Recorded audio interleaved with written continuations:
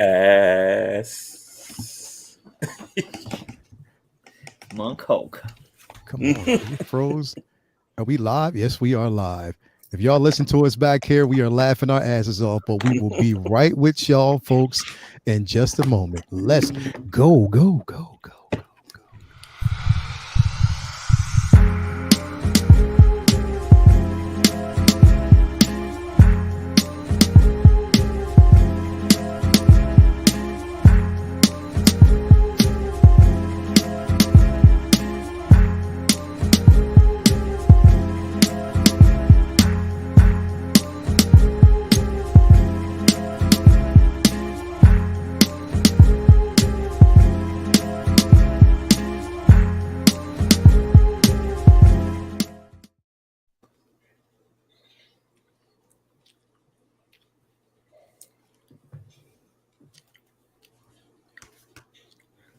Muted. You're muted, buddy. Yeah, you're still muted.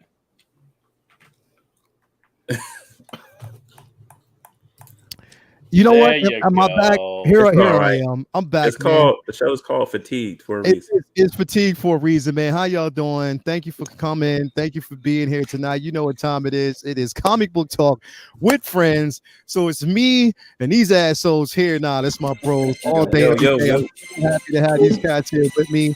And we got cool. Don't get me demonetized, man. Turn that off. Turn it off. Come on, man. Turn it off.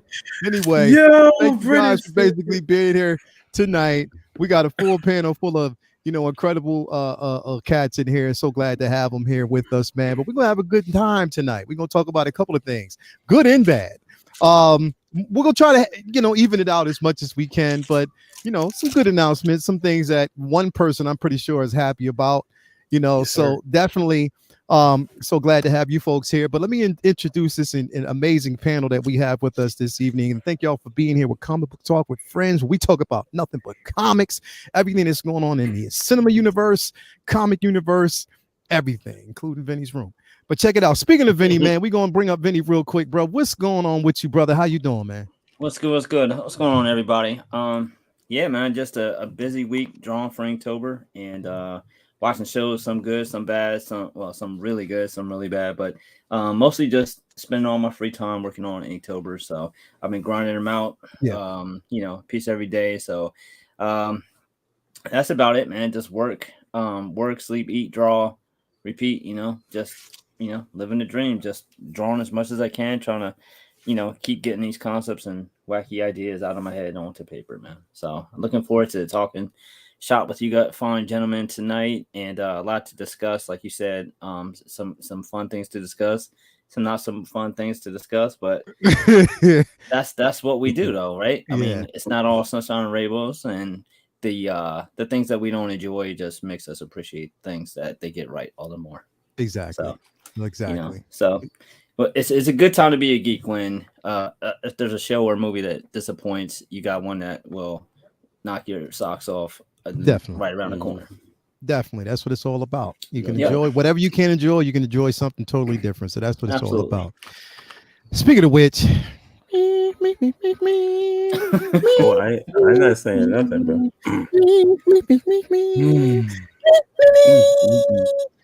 What a great weekend.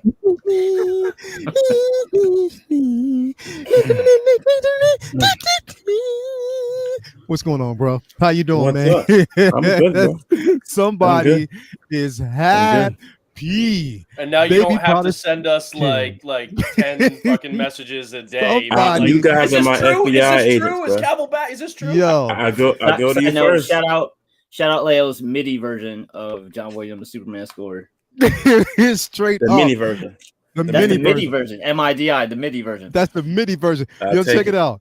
This is probably the smoothest y'all gonna see Jedi Pimp himself the whole show or pretty much any segment. He is happy right now after the news we got that Henry Cavill himself, officially, non-officially is back and returning as Superman. So you already know that the kid is extremely happy. Ladies and gentlemen, Jedi Pimp is in the building. We got Oh, yo, check it out. Check it out. Check it out. Check it out. We got Peyton 23. Man of Steel 2. Man of Steel 2. Man of Steel 2 is coming. So definitely he is. Hey, everybody out there, he is happy. In my Pink Panther voice, even. The guy is happy. Straight up. Tell it to, you know what? Tell us how you really feel, bro. How do you really feel, man? It's a great day to be a Superman fan. It really is. I saw John Campia's show earlier. That boy is soup too. I listen. I'm so excited to see him in Man of Steel 2. And I can't wait for. I don't care if Black Adam sucks. If the post credit scene is where he is back, I'm waiting. I'm gonna watch the whole movie. I can't wait. I can't wait. You can't wait.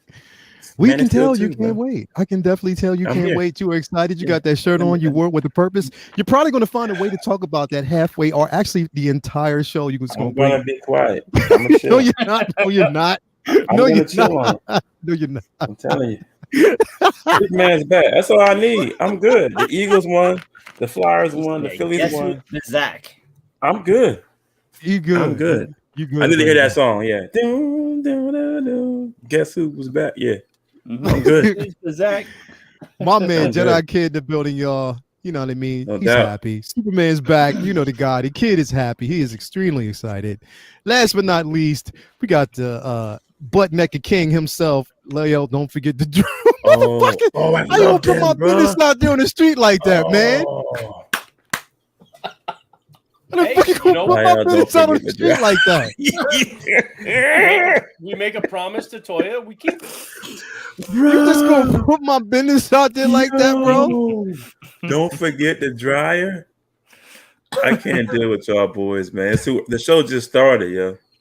Beef jerky, just for you, Leo. Yeah, I love them. They are good, man. All I know is if you forget that dryer, it's not Brendan's fault. He reminded you. Goddamn Skippy. Yep, because he put it on. He put it on there for a flex. For you to remember to buy the dryer. You gotta buy that shit. Hey, cover your ass. You gotta remember two things: the Titans and the dryer. Some fucked up shit. Yo. Yeah. The Titans and the dryer, man. Titans and the dryers. That's it. You know it. Anyway, man, thank you guys for basically being here tonight. No doubt. Got these fools in the building, man. Everybody's so excited. He's gonna change and put that name up there real quick and shit. You probably did that shit while I was introducing everybody else. You know him. Fucked up. Anyway, let me address the chat real quick. We got Tobar, my man Killer Keith is in the building. Killer Keith all day. That's his new name, Killer Keith. Catalog Killer Keith. Because Killer Keith Tobar puts up pictures every single day of classic. Hashtag artist drop. Yo, hashtag artist drop. Like if I need to be reminded, Killer Keith always basically reminds me of everything. We got my man in the building. First Locust in the building. We got the Ben Cave here. We got the lovely Latoya T in the building. AJ Agrusa all day, every day. What do you say? What do you got? There's the laugh I needed. Yeah, thanks, bro. You got it. Definitely, man.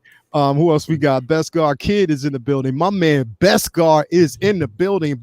We call him Beskar, aka Leg Day. That's his day. That's his name all day.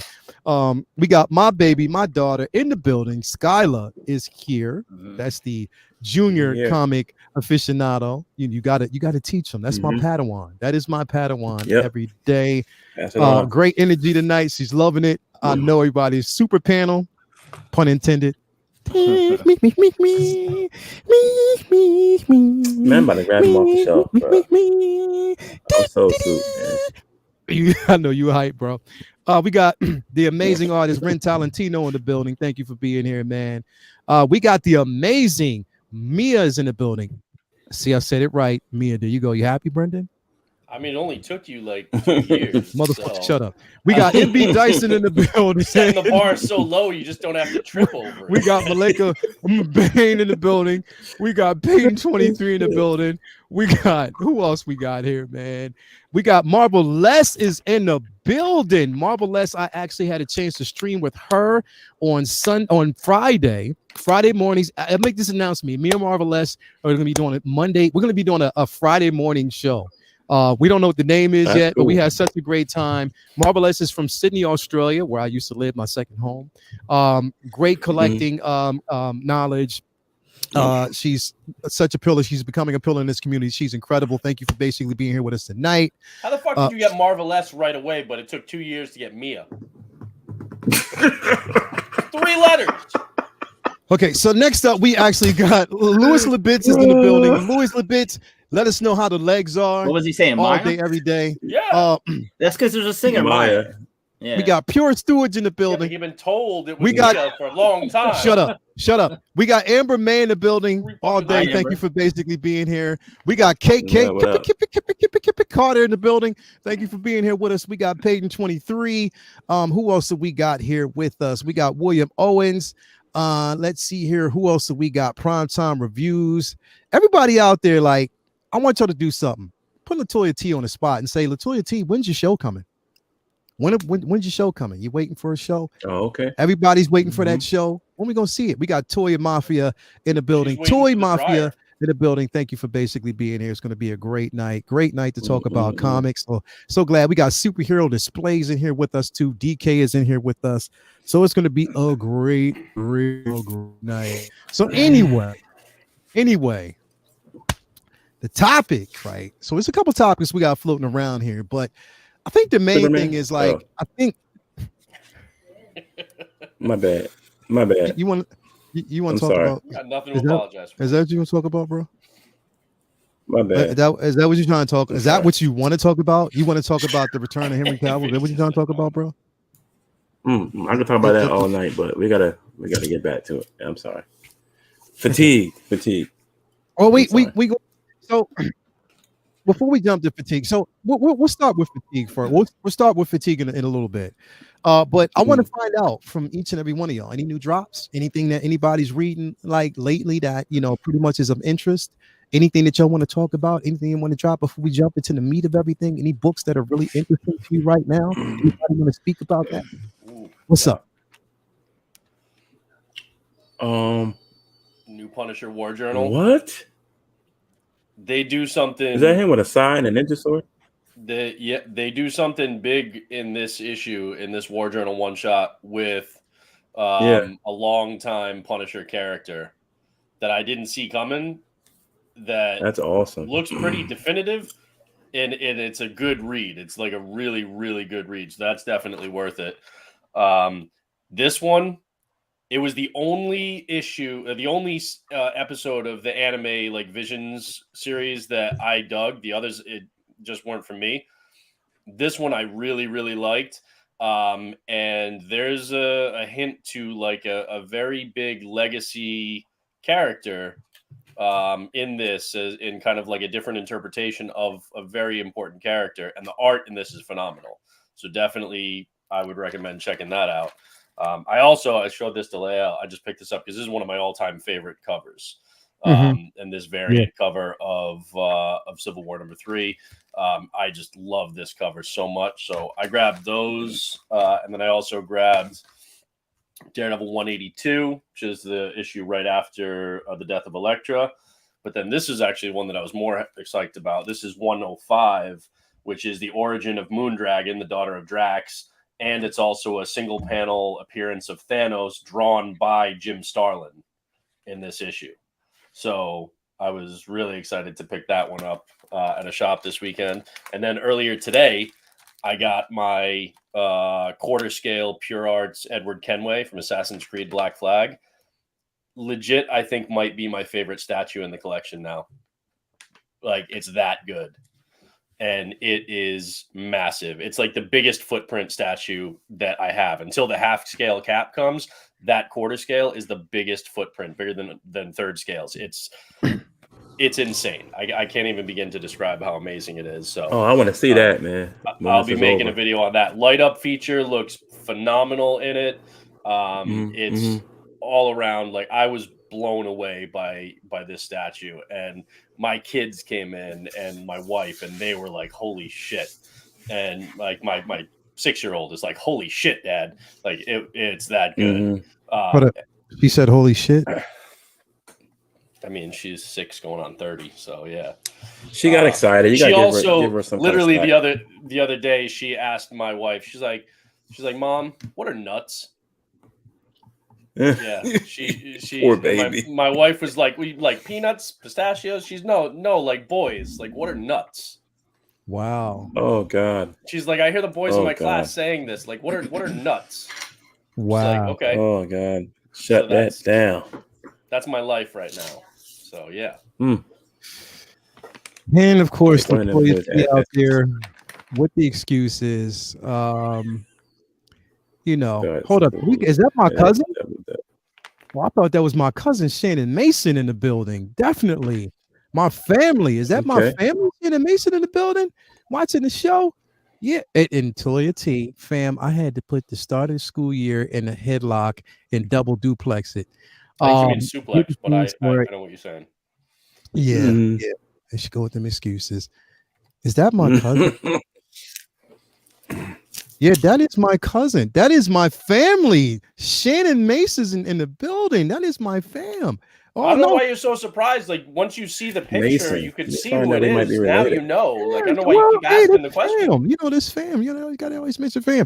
Anyway, thank you. Vinny, you have anything that you would like to bring before I want to talk about this series. I picked up the first trade last year at 2021 New York Comic Con. I met the writer and his wife and chopped it up with them for a minute. And I don't want to give you too many spoilers. I just want to recommend everybody pick up this series. It's called Beauty. It's a great independent book from Image by Holland, Hurley, and Rauch. And the premise is so there is a sexually transmitted disease in the world that this book is in, that the only symptom is it makes you beautiful. So it is about 60% of the country purposely has tried to get it. So you sleep with someone and the next morning, instead of, a rash or you're burning or something worse, you now, if you're a man, look like, Channing Tatum or Denzel, whoever is your, handsome, frame of reference for that, or Halle Berry or, Charlize Theron if you're a female, whatever. And so this is the way the world has been for years and years, and so many people have it. And now they're starting to spontaneously combust. After I think it's close to a decade of everyone trying to get this on purpose. Because we got my cousin Cam in the building, so that need to see. Yeah. So, so it's a very high concept book. It's a lot of great writing, great art. It's not for kids. There's lots of major violence and nudity, and so it's not for the young ones, but it's very, very incredibly smart and well written. And so it's about these two detectives who are working on a case to find out what is going on, and then it's about other agencies who are trying to keep them from finding out what's going on, because obviously there's a reason why this is happening now. Nope, I'm good. Yeah. I'm good. I'd be the same way. Who would trust that shit? But apparently it's been that explosion stuff got me like, nah, I'm good. Well, but think about it. So that's great. Never mind. Yeah, I'm sure that's what a lot of people in the book thought too. After they had the after they looked like they had a filter every day for 10 years, and then they were like, nah, maybe I should have rethought that. But so I picked up the second trade last week at the con, and I can't wait to read that. And it looks great flipping through, so I can't wait to read that. And so the first 6 issues in that first trade was phenomenal, so I can't wait to read more of it. And I got a bunch of current pulls to catch up on, but that's outside the boxing I skipped through and read up on, and that book is really great, so I recommend that. Hell yeah. Thank you, man. That's cool. Definitely. Indeed. Peace. Next up, let's see. I don't know if this brother. I think he just wants to flex something. So of course he just dipped in with Henry I'm Cavill. sorry. Where'd that come from? My bad. I didn't know You where just that gonna came milk from. this My shit. bad. You gonna milk that The, shit the the whole Man of night. Steel, figure, Henry Cavill. Wow. You just gonna milk it. You just gonna Man milk of that Steel shit 2 the is whole coming. night. I'm just gonna You chill. I'm chilling. Man of Steel 2 coming. I'm happy. okay. That's it. That's That's it. it. Okay. That's it. That's it. Well, I'm what we good. gonna do? We got my man John from Everyday Collectors over here. My guy, thank you for being here, man. Thank you for being on the show tonight. We got quite a few people, some celebrities jumping through here tonight. We got the Spice Runner coming through here as always. He said, finally subscribed to Okay. Marvel Unlimited. I've never been a comic book reader because I thought that pages were just too busy. With digital, it takes me frame by frame, and here we go. Hey Hey, man, that's whatever pretty gets you good. reading comics. Whatever That's gets you what's reading up, bro. comics. Whatever gets you Yeah, reading. yeah. Yeah, we got some celebs coming up in the building. So thank y'all for being here. So here's the thing. I want to kind of jump into like my first topic. Now, this isn't the fatigue topic yet, but this is close to it. And this is sort of like it's I wanted to bring this up for a reason, and I'll explain it. So with the current climate that we actually have, okay, the current climate that we actually have in the DCEU and the MCU universe. Now, the thing is, we know that there are certain tropes, certain things that they actually can't. I mean, there's no choice, but they have, but to bring, some of the again source material into film format or into television format. Okay, so we know that they get a lot of inspiration from it, even though they kind of change and manipulate the characters in the MCU or DCEU. To kind of, I guess to bring in a new audience. So we understand that that's something that happens, understandably so. You want to do that as a business. I guess that's a great decision. Now, my big thing right now, though, and because I'm seeing this in comics, whereas forcefully now, what is actually happening in the cinematic universe is also now in a reverse effect affecting the comics. Have y'all noticed that?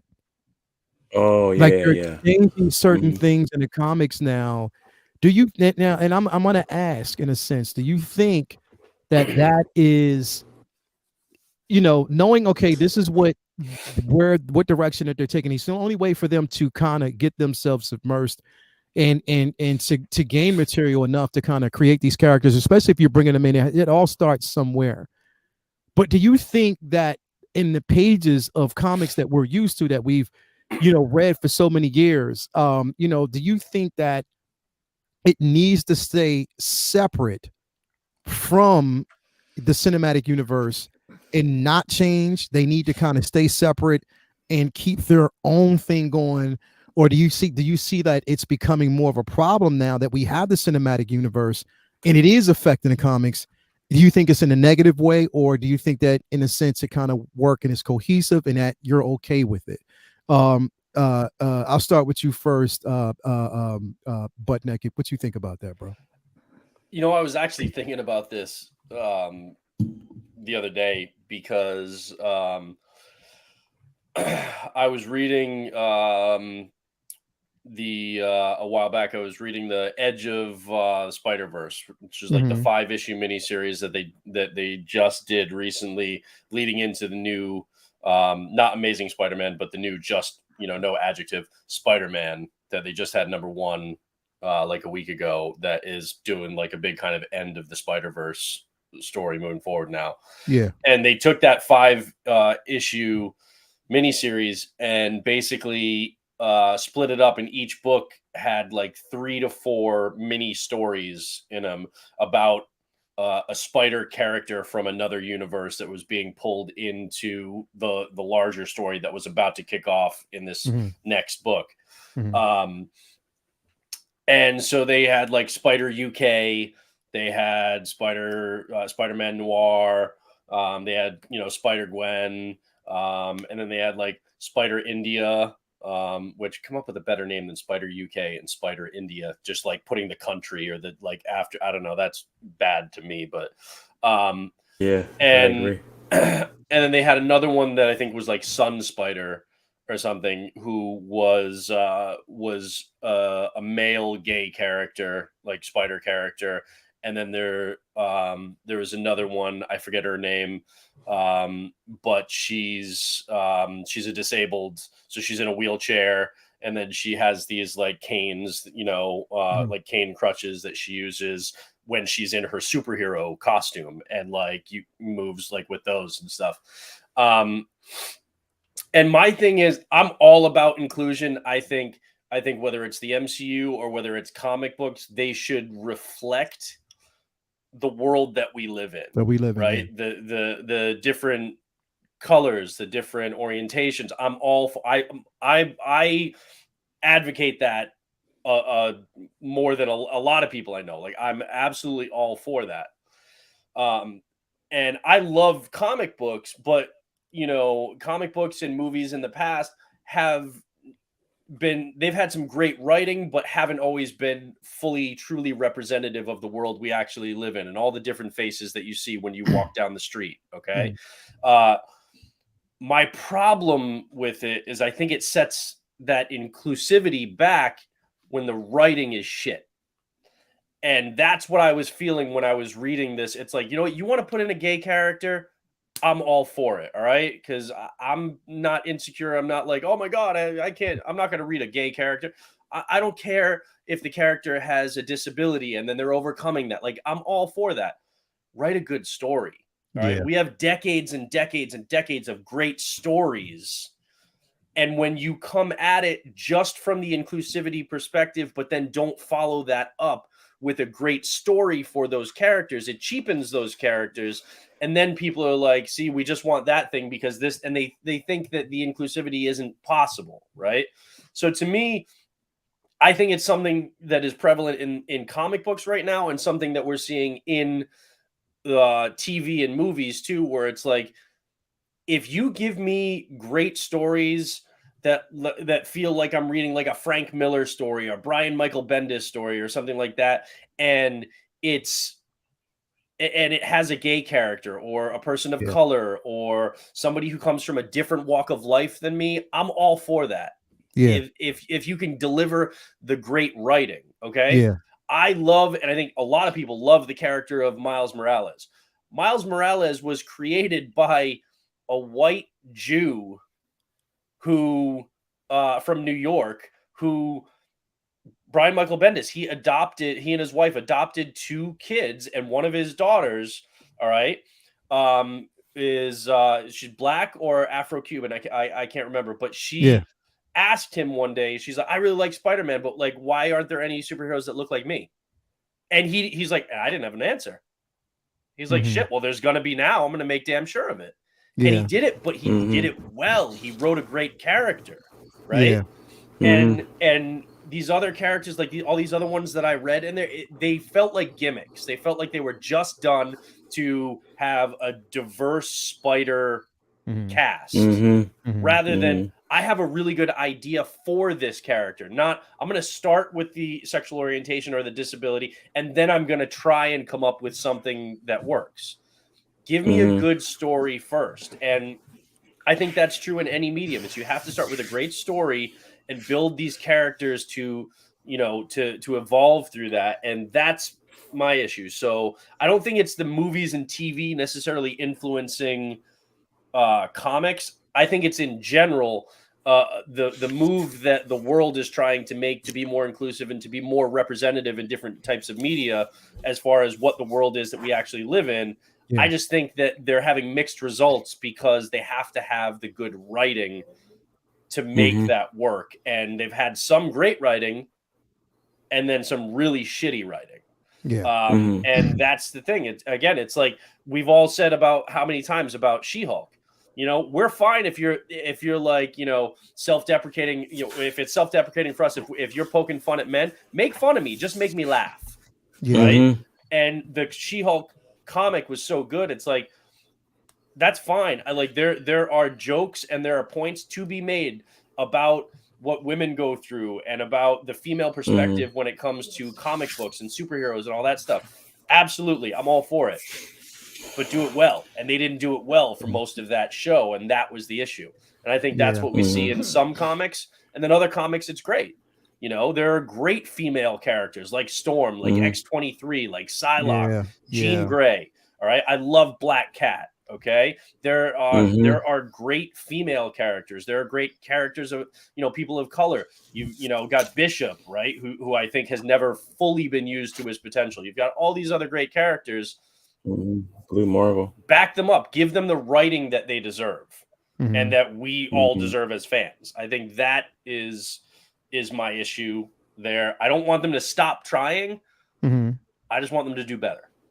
Yeah. And that's the thing, is like we as comic book readers, we want, again, innovation, we want elevation. And also we welcome a level of inclusivity that we want. But I think it's like you said, write a good book, because I think if you don't write a good story, then you're doing the character that you're creating a disservice. You know what I mean? Like, especially the character that you're trying to, because that you're wanting to include, that you want to bring in, because they deserve a space, but they also deserve good writing. You know what I mean? Have you read this? Well, I have this. Yeah. So this character right here is the gay character. Okay. And the thing is, when we have that, when we have like a straight character, they're not constantly talking about, I'm heterosexual, I'm straight, and I'm attracted to this woman because I'm right? You know what I mean?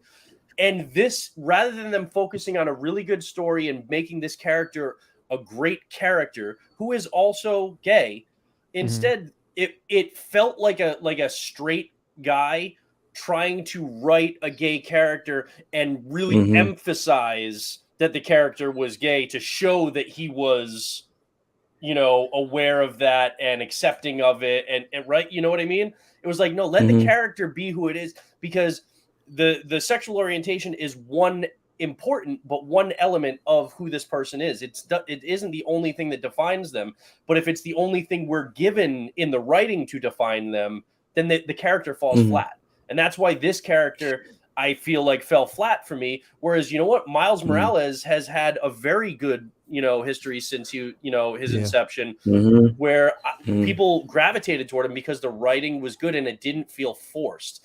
This felt forced, and that's why I didn't vibe with it. Yeah, definitely. Well, diversity, I think diversity and inclusivity is welcomed, as long, like you said, as long as the writing is up to par. I don't care about if the character is disabled or gay or whatever, but if the writing sucks, then I don't want to read it. I just don't want to read it. I feel like I'm wasting my time, and I feel like that's either it's a hit or a miss, or it's actually a miss, and you do that diverse character a disservice if you're not writing a great story or a concrete story for that iteration of that character. Yeah, you know what I'm saying? Like, even okay with Superman's son, they had out now he's bisexual, blah blah blah. Okay, you threw that out there, the orientation of his sexuality, but are the stories good? No, they've sucked, and it's like now they stopped that run of his because the stories were bad. So it's like, I just feel if you're going to be diverse or be inclusive, have a good writer, have a good story behind the character you're trying to push or you're trying to put out there, because it won't work if it's not. I don't know. This is how I feel about that's the truth, man. That's definitely the truth. I mean, it's either hit or miss. It's either hit or miss, man. Because the thing is, you're creating these interesting characters, bro. Like you're creating interesting characters that we want to know about. But I think that, again, it's a matter of actually playing it safe when you're creating characters, and you want to, it's like you're downplaying the nature of the character. But then at the same time, it's like you have to be in the middle. You have to be where you're given. It's like a give and take situation where you're not going overboard with the story, but at the same time, you're not representing the character for what that character is. that deserves that Right. representation. So you got to kind of, Right. and the thing is, I understand, like, as a writer, bro, it's a complicated Mhm. thing to kind of write, because then the thing is, it's like, you know that this level inclusion is out there, but at the same time, they're Mhm. watching you to make sure that you get it right. You know what I mean? Like, Yeah, you yeah, yeah. And they really haven't tell them. gotten it right. Even with Miles, right? There was the big, with that last issue of the What If Miles, when the Thor one, where it was Yeah, like, yeah, holy shit, like this was and that was a character that they've succeeded with. But then Mhm. you do Mhm. something like that, and everybody's like, what you know what I mean? It's like Yeah, yeah. it's the bad writing does a disservice to a good character. There could be really good characters that got introduced with a really bad concept, bad Exactly. writing in this, like Edge of I agree. Spider-Verse, for example, and then those characters don't ever Mhm. get to grow into something that could be really amazing yeah, because they Mhm. bungled it from the start, and it was just like it was ham-fisted. It just felt like we got to make everybody understand that this character is gay, or this character is black, or this character is Right. Asian, or it's like, Right. yeah, man, Right. write the story and pull people into that person's world with the actual way that they're yeah, living and experiencing the world, and Mhm. then they'll pick up all the different things about their life, about how important their heritage is, racially, whether their orientation, and all of that kind of stuff.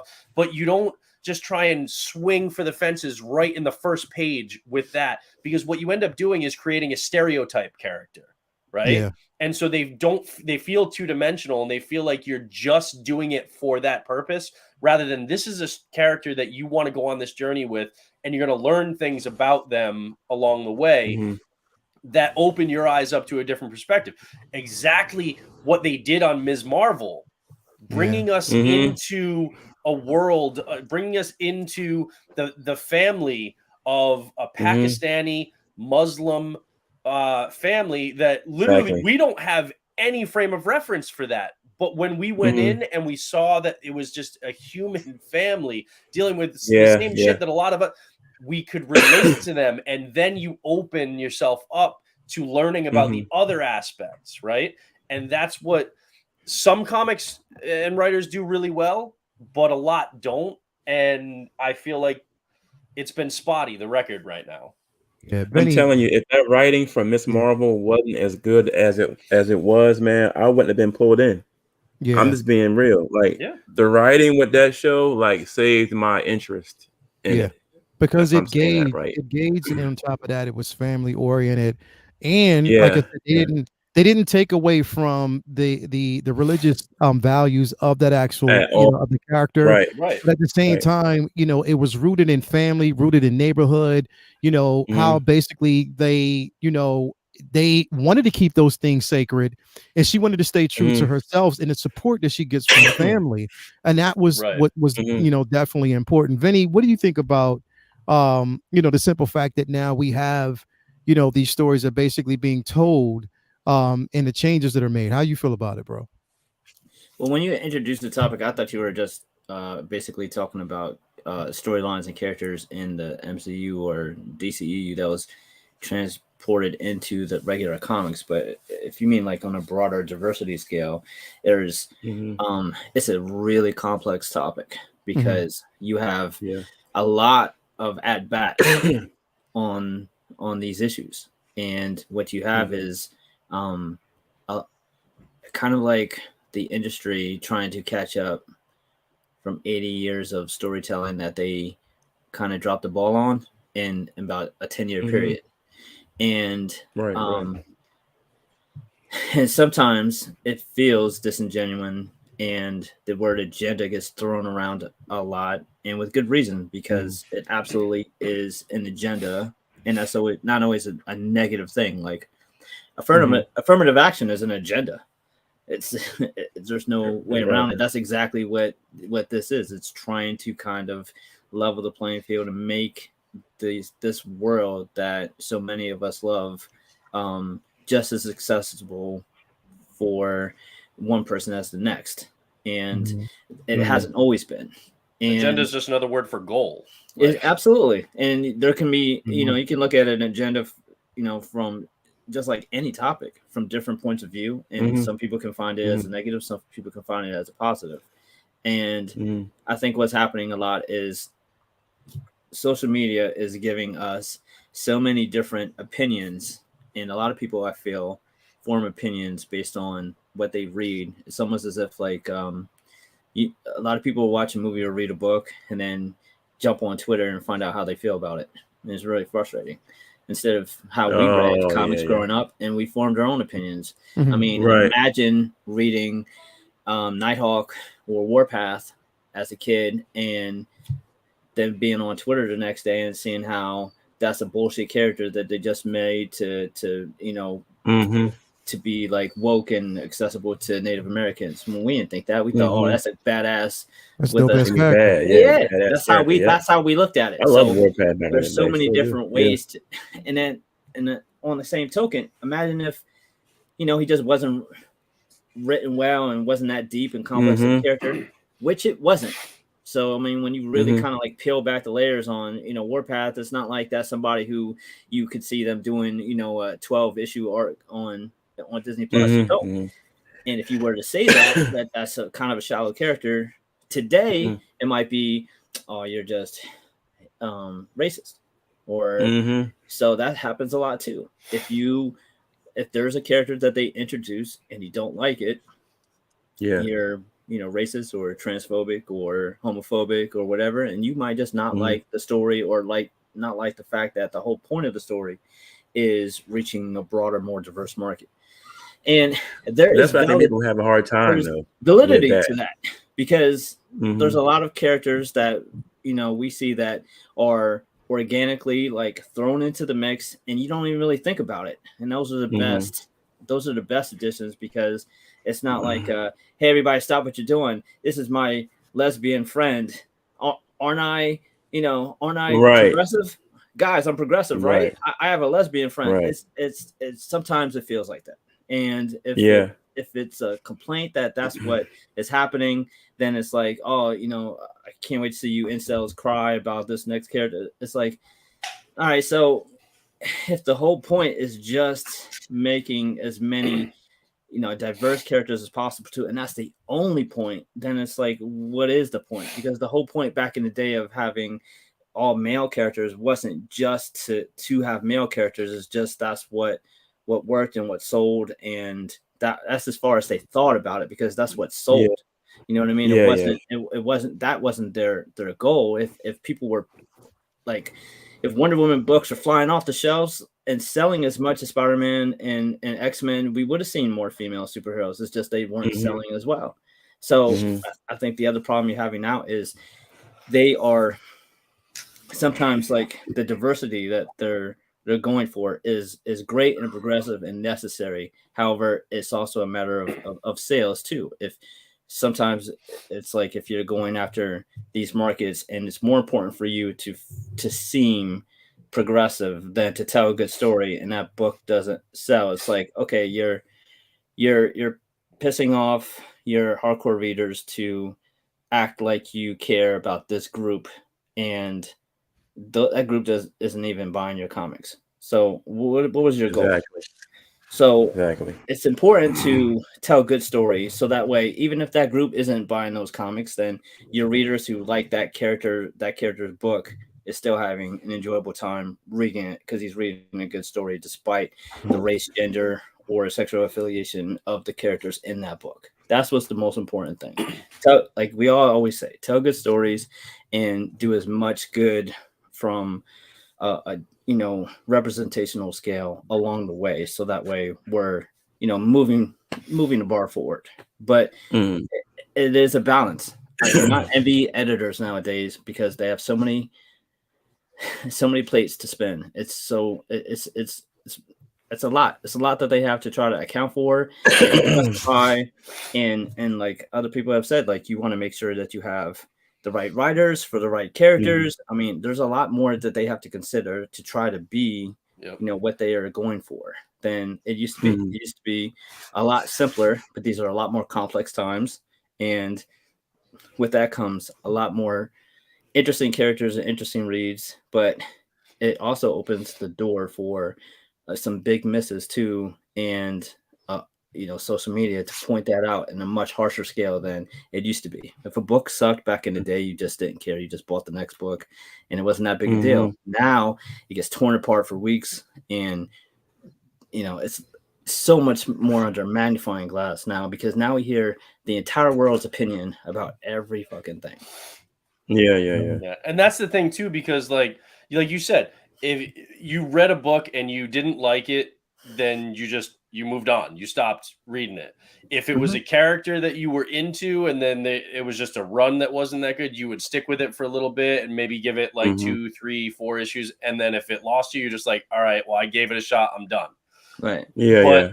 And it's like, we'll have a conversation where we're talking about comic book themes and ideas and stuff like that, and we'll talk about it in a constructive way. But there are people who want to get out their pitchforks and then immediately start tearing stuff, to shreds on YouTube or something like that. And there are a bunch of like YouTube channels that I've seen that have been like, see, I told you nobody wants to read about, about this gay character or this character, and it tanked because nobody wants that. And that's why the sales were bad, and that's why it got canceled. Go woke, go broke. And it's like, no. The sales weren't bad, and they didn't cancel the book because it was a gay character. They canceled the book because the writers couldn't write. It was bad. Okay. Right. That's the thing that we have to be paying attention to. And there are a bunch of these YouTube channels that I've seen that are like, see, we don't want gay characters, or we don't want this. Just give us regular characters and stuff. It's like, well, first of all, calling them regular and like people who are different than you, not regular, like fuck you for that.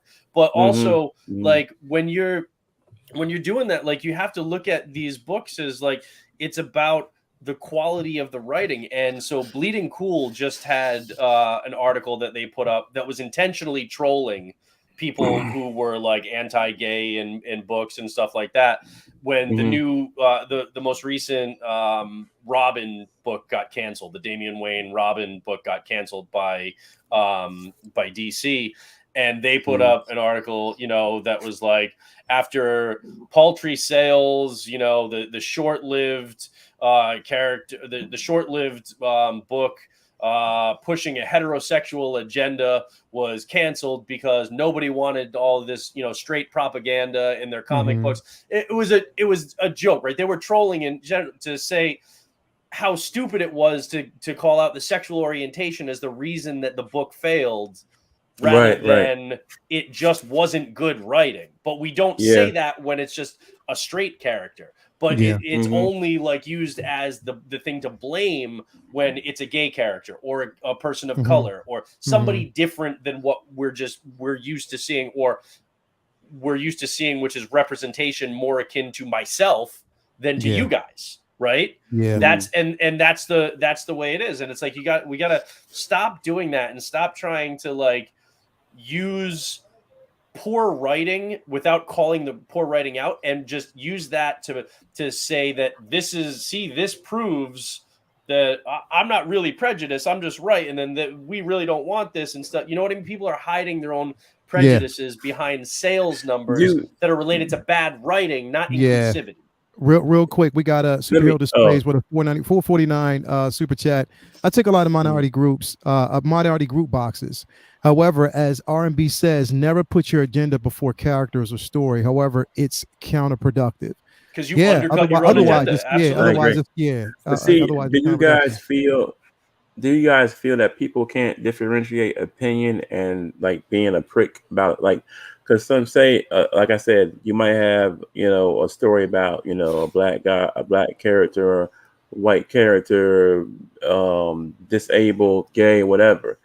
And if you don't take a liking to the story, or the writing is bad, and they say, oh, well, I don't like that story. Oh, you're being a prick, or you're being racist. That's what I'm saying. Anti-gay. Yeah, you don't. Like, you used to not see that anymore. Right. You used to not see that when you didn't like a character. It used to be you just didn't like it. You moved on. But now it's like, because people can't differ. Well, I feel they can't seem opinion from. But you have to come back and. But there's a difference, though. It's a complex answer to that, because there are some people who feel like anyone who complains, they lump them in the same category as people Right. who attack Right. that out of That's not fair. maliciousness. And there's some people who maliciously won't like a book just because of sexual orientation or because of race or whatever. And there just like there's good and bad people who might not like that character, there's good and bad people who might have a problem with or defend that character. And because there's absolutely people who will attack anyone who doesn't like the same shit they like we see with She-Hulk. There's a lot of people who are enjoying the fact that men don't like it, and like they even if they don't like the show, like, they don't like the show, but they enjoy it because men don't like it. So haha, which is a very odd and weird. It's so weird crazy take. to me, bro. So it's a lot of it's just it's very political and divisive nation that we are in now, and there's a lot of hit my side, your side. So there's a lot of people who feel like if this is something that's on my team, even if I don't like it, I'm going to support it to the death. And if I hear someone doesn't like it, grab the pitchforks. You got to come at it with valid critiques, though. Like say, not just this sucks. Why does it suck? Because the character development wasn't there. This didn't make sense for somebody to do this. This was a thin plot line. Like talk specifics about what was failed in the writing, not just see gay characters don't work. Like or that's the thing. And so you have unfortunately a lot of people who spew that nonsense on YouTube and social media and stuff. So then the people who are trying to make an argument or like explain why something doesn't, and they get shouted at before they can actually communicate why they think the writing was bad, not I'm anti this and that. Because like, I mean, so M. Dyson and just said in the chat, it's harder to write for LGBT characters because unless you stereotype them, you can't tell that they are LGBT from a distance, from appearance, which some, I would argue that with that's not the case, but so they have them talk about it or are seen in relationships. Talk about it. Be in a relationship. That's fine. But if you read Edge of Spider-Verse #5, don't tell me that you couldn't write a story better than that garbage where they're in a gay relationship or they, have a love interest that they're pining over who's of the same sex or whatever gender you want it, and make it more natural where it's not like over the top. This is just all my character is about, because I guarantee you that is not just like somebody who is gay or trans. Like, that's not literally the only thing that defines them as a human being. It's right? not. It's a because big part there's of so their much life more and their that's identity interesting about them than just that. They you know what I have mean? interests. They have passions. They have all, and it doesn't just come down to I want to have sex with the same gender as me or whatever this. You know what I mean? And when they boil it down to that and just then hit that's you a over the head with stereotype. it. That's a stereotype. And exactly. That's the effed up part about it is you're giving them a stereotype, and that's terrible when there's so much richness and storytelling in it. Just treat it like literally like it's that. By the way, I get what you were trying to say. Because I'm not trying to like jump on you. I'm just trying to point out. His point is completely valid because his point is completely valid because especially on social media, it's like if there is something that is not the boxes that you check, and if you complain about it, then everybody else is like, get them. And that is the case sometimes even if it's coming from a place of like constructive criticism, just like oh, this isn't for me, or it just doesn't work. I wish they handled this villain or this character right. It's like, oh nah, you just hate trans or you just hate gays. That's all it is. Or you incel and blah blah blah. And that's kind of like, that's ironic, right? Because that's what they're trying to fight. They're trying to fight bigotry and hatred and that is sometimes what it's like a overcorrection. And it's kind of like there are absolutely those people who deserve that vitriol and that defense, because they are out there too. But it's just like anything else. It's like you have to be discerning. Like if someone just isn't feeling that story or isn't feeling that character, if the writing was better, It's not necessarily because of the connotations of the characters within. It could be just the way that story was written. The way the story was written. We have to demand better writing that gives better representation of different groups. But at the same time, we need them to also push and give writers who do represent that culture or give them the opportunity to write the story, especially if they want to tell the story. Exactly. Give them the right to basically tell the story. There's a lot of us like the people on this panel wanted She-Hulk to be so good because we all love that character and we want to see we want to see more strong female characters, and that if we criticize that, it's not because we hate women, despite the fact that there are people criticizing the show because they hate women, but it's not. They can't lump them. They can't lump. We were rooting for this character. We can't lump all exactly. We wanted the character. I still want the character to be. I'm hoping that they can do a redo. All but four of us were disappointed with that show, but we watched every single week, every episode, hoping that it was going to get better. So because people who just don't watch and just say, like some dude I saw on Facebook earlier today was like, the Rock is in Black Adam, I'm not watching that garbage. He was pre-bitching. It's like, you know what? You can have skepticism, but he was like, I'm not going to watch that. Well, then you don't get to bitch about it because you can't make a valid critique of it until you see it. And then you can say, this wasn't good. He didn't do this right. That's fine. But if you're not going to watch it, you can't complain. So here's the thing. I'm glad y'all mentioned that because I want to segue into that really, really quick, and then we'll jump into the fatigue because since we're on this topic, it's important that we talk about it. So I want to preface it this way: everybody out there, great discussion, and it was a great discussion that we have because, like I said, everybody on this panel definitely, and everybody out there is all about an inclusive world. But in the comics, we want to make sure that the story is being told the right way. But here's the thing: I want to jump into this real quick.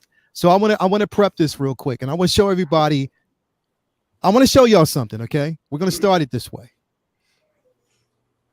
This person right here, this character that you're looking at right here is Scar, the son of the Hulk. We haven't seen him.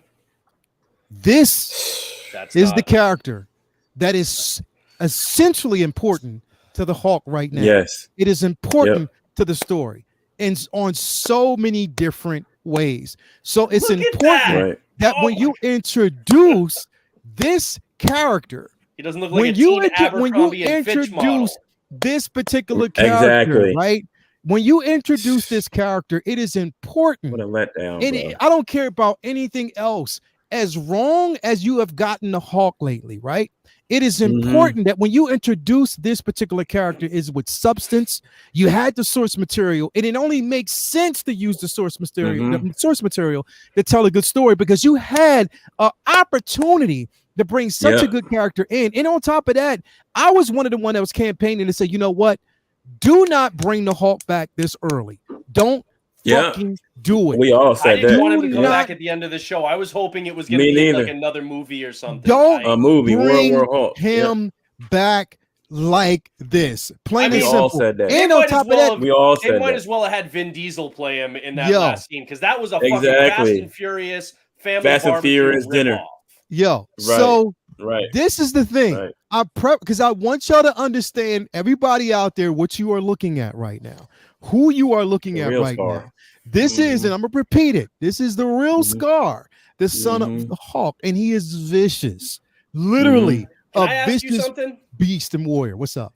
He, in the books, right, is savage as a motherfucker. What he had to do to survive, right? He is supposed to be as savage and as almost as powerful as the Hulk. Okay, doesn't give two shits about anything. 24 to be born. His mom died while she was having. We're talking about he's supposed to be approaching that level of the full-fledged Hulk that we love, right? So technically, he's supposed to be what like Savage Hulk, like Ragnarok, right? That level of like warrior gladiator kind of Hulk. Yeah. So why? Before you say it, some docile Abercrombie model. Before you say that, because that's where I was going next. Before you basically say that, I just wanted to prep it. I wanted to prep it because I needed people to basically see who the fuck we were talking about. We were Yeah. talking about the Savage Scar, son of the Hawk, with reasoning. He hated his father, but for the death of his mother, because he felt as though he left him behind. So he had every reason to be pissed off. hate him. Okay, so you need to realize that and preface it that way. Where the fuck and who the fuck? The barber is did this? him fucking That's dirty. That's Like what Ray Charles Fuck cut his is hair, this, bro. man? I was so I swear Stevie to Wonder's God, if barbershop. I didn't appreciate that 68-inch television that we have in the living room right now, I would have thrown everything at that bro. motherfucking TV, because this shit pissed me the fuck off. All These he's missing two is a right big now, metal these two, cross around yo, Hulk's neck that's right it. now. To be Bro, That's fair. it. So, Vinny, That's it. I'm gonna start with you first. I need to start with you first, because I need to pass the mic, because I don't want to talk about this shit no more, because I'm so fucking angry at this shit. When I saw it, this is why I dismissed the show, and I put that show on the shelf right next to fucking Thor fucking Love and Thunder. Because this shit right here, you had Marvel, fucking MCU had one chance to get this shit right, and you fucked it up. And they rushed it. They didn't have to do it in the end of the show. And you brought it in as one of the dumbest ways to bring a fucking character in. You did it this fucking way, and that was a disservice. Fuck y'all. Fuck the show. I'm done. Yeah. Vinny, would you like to talk about it, bro? Yeah. So that's not Scar. That's Paper Cut. I don't know Paper Cut, why. That's Mr. Softy. I would love to. I would say I would love to know what they were thinking, but I'll be completely honest. The writing for this show left me with no surprise as to why they thought that would fly. Kevin the writing wrote on the this show. show Kevin. has been basically the whole point of the show seemed to be to mock and to make a joke out of comic book fans, and that's one of the big problems I hate. It's not so much that they make fun of men. I feel like they're making fun of comic book fans. It's the fourth wall stuff with Deadpool is compared a lot to She-Hulk, where you guys never complain when Deadpool breaks the fourth wall. You guys never complain when Deadpool makes jokes. It's well, the writing in Deadpool is funnier. 10 times better. It's Vinny, you know what usually the irony making is fun. there? Usually, it's making fun of them himself or themselves, you know, or different things or inside jokes, like making fun of Green Lantern, poking fun at themselves. This is right. And I was never the hugest fan of Deadpool either. I feel like sometimes those movies aren't super rewatchable, so it's not like I was really expecting like, oh man, I hope there's some great fourth wall breaking here. I wanted, if they do fourth wall breaking, great, but more importantly, I just want the writing to be great. And a lot of the writing on the show was just feeling like embarrassed to be a comic book show. Exactly, Scott. The first couple. You know why that's so ironic though? Because the writer of that last episode, comic book writer. Well, he's one of my least favorite. I can't believe him and as a comic book writer. His stuff has been garbage, in my opinion, in the books. Yeah, and he wrote this episode. Well, it feels like what a lot of people think a comic book is like. You know what I mean? Like how we've got that. Like like Avengers is cool. Oh, you should read this comic. What? Comics are dumb. That's what this show felt like. This show felt like the way the world views comic books and comic book nerds on screen. Yeah. And so many, like virtually the bulk of the past 10 years has been, look how cool it is. Look how cool this is. Here's this on screen. And this was like, I just kind of a slap in the face to comic book fans. And I mean, everything aside from maybe 3 or so episodes of this show has been just very, very poor writing, very, very insulting, very just boring, and just not funny and super cringy. And I wanted to love it. I wanted to laugh. I wanted to have fun. And there's so many shows that don't take themselves seriously that I enjoy. So it's not like I needed, a dark, brooding She-Hulk. I was cool with jokes. It's just they weren't funny. They didn't hit. It's like going to see it's like paying money to go to a comedy show, and then a comic sucking, and then and then the comedian making fun of the crowd for not laughing. It's like, why pay money for a comic show if you're not gonna laugh? Well, we wanted it to be funny too. It's not like us showing up wasn't enough. Now you do your job. I think they felt like just breaking the fourth wall and doing that kind of stuff was enough. There's so much that they did wrong, and it was really, really tough show to get through. Now seeing Hulk show up with Scar, it's really tough for Hulk fans because we're kind of robbed of the whole Planet Hulk and World War Hulk storyline for the past few years because of the Universal rights. And it's like this show gave us, Ragnarok gave us a little bit of it, and different movies along the way have given us pieces of it, and then we get a big chunk of what's important about that storyline in this show, and then they start off with a decent foot, and then they fumble the ball by having Scar show up in the most anticlimactic way you possibly could, and then having CGI that probably could not pass a test in design school. I have buddies in the who are in the industry who said they would have flunked if they turned this in a report. They forgot to render the front half of his fucking hair. It looks like the storyboarding of it. It's just a night. Now it might be, obviously, we don't know what's yet to come. There might be that this is Monk Scar who's going to be Savage later. Who knows? But the point is, whatever it is, that fans have bitched and complained about Smart Hulk and him being demasculated over the years, and we wanted to see him more savage. Why not at least give us his son being a savage? And any person who doesn't know anything about Hulk's story, the story with Hulk, can Google Scar and say, wait, this is supposed to be that, and you see these two behemoths, and then see basically the exact polar opposite here. And it's very, very frustrating to everybody who is a fan and wants to see this stuff brought on the screen, given some kind of like respect. And it was just basically a slap in the face to fans, and just felt like we were being mocked. There was rumors today that the writer is talking about She-Hulk 2, and it felt like a threat. We just talked about how we can't complain if we don't see it, but God, I really don't want to watch. I don't want it. I don't either. And I know, like in the chat, like Maz's Toy Box, like I know, I get your sentiment when he's like, I bet, he looks like this due to the way the show is set up from the show's, writers, as they joked, they gave us Scar. We'll get a true Scar at a later point.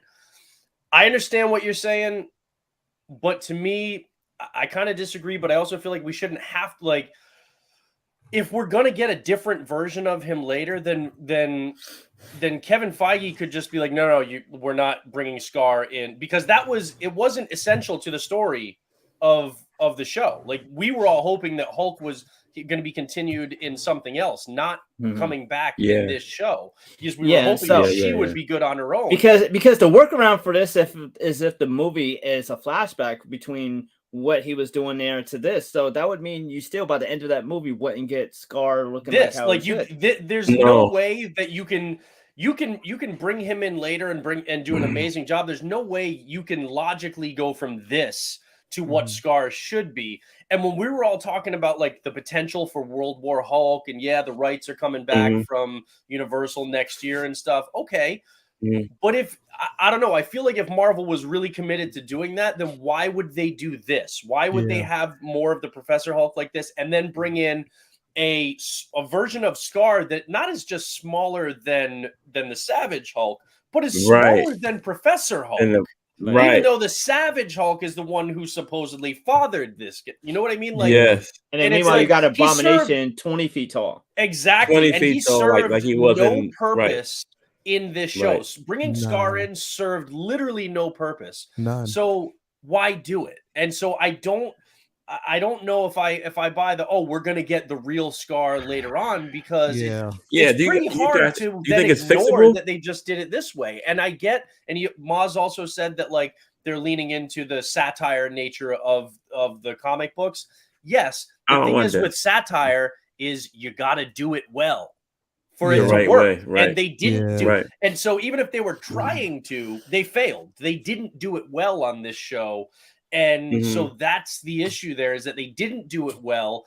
But not only that, they brought in a character in Scar that we've all wanted and The started wrong him way. off on the wrong foot in the MCU Dumpster from Already. the fire, man. start for Dumpster no Already. reason fire, at bro. all. That's people There was are no already way. kinda, There was about no Hulk. But way do you that think this character is could basically fixable? stay next You to think they his can fix father this? like this. There was no No. way that Scar No. can stand next to his father this way, this fucking Mm-mm. calm, knowing that the Mm-mm. feud, the anger, the viciousness that he Right. has, and the rage that he has against his father. And Because that's if he not does, be we lose explained. all of that story that we want. Exactly. Because you We can't go Right, back it's and do gone. that. everything. They're Everything. already that he- And barbecuing. it's a two-way street. Hulk didn't Yeah. put up with his shit either. Yeah. Yeah. Yeah, that's what I'm saying. Like, if you're gonna do it this way, now, granted, here's the thing: we know that we're gonna get a backstory, but why? Why should there be a backstory to this? The Hawk and Scar shouldn't have never been. There was no space for It it. shouldn't have been And there. on top of that, Nope. you go through an entire. Okay, you went into an entire season hyping this whole situation up about her Yep. blood. You Yep. dropped the ball on that because you never explained why the fuck her blood was important and Right. it was important too. The And- ball was dropped Well, because there was dropped no too, because explanation when they at I that had thought they point. would see the leader when they at had some Hulk, point. that The whole stuff leader too. or something. Then, None of that. then what the fuck do you do? And when you said this shit, I was like, yo, that's exactly what the fuck they did. Mhm. They made this last episode and the end of this episode a continuation of a fucking Fast and the Furious. Yep. You brought Matt Murdock back for a fucking picnic? Like, literally, Yeah, bro. that's what you brought him back for? Like, literally, you brought him back into this show for a picnic. You bring That's this it. motherfucker. I don't know who. That's not Sakaar. That's No. Abercrombie and French. Yeah, bro. That's it. You know what I mean? Like, I don't know what the fuck this version of or what you thought you were doing. I don't get model, it. bro. And it's just like, okay, Kevin Feige, if these characters are important to you, if all these characters are important, substance, storytelling, all that, the source materials there. And I granted, I understand that the translation from comics into the cinema or into the MCU, they have to do it because their stories are certain stories that would have to be fleshed out over time. It might take a long period of time to do so. But I think that you should have sat on this for a long time. Yes, man. And also, the other thing, and different so like way. Maz said, like all that rage was due to his mother, dying and him being left behind. And obviously that didn't happen. Well, right. But the point is, like, why would you take that away from Scar's backstory? We could have had him going back and there could have been a flashback.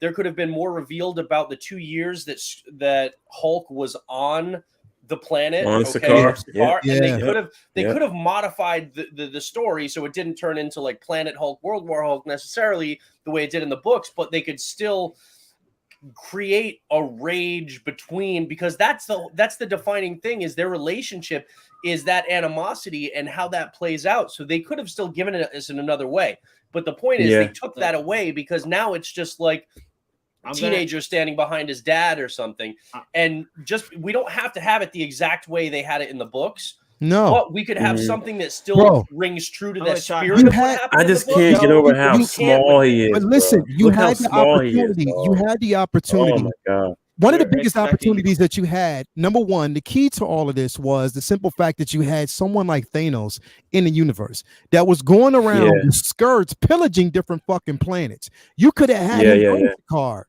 and completely obliterate the actual planet because Hawk wasn't there, leaving his son behind. You could have had.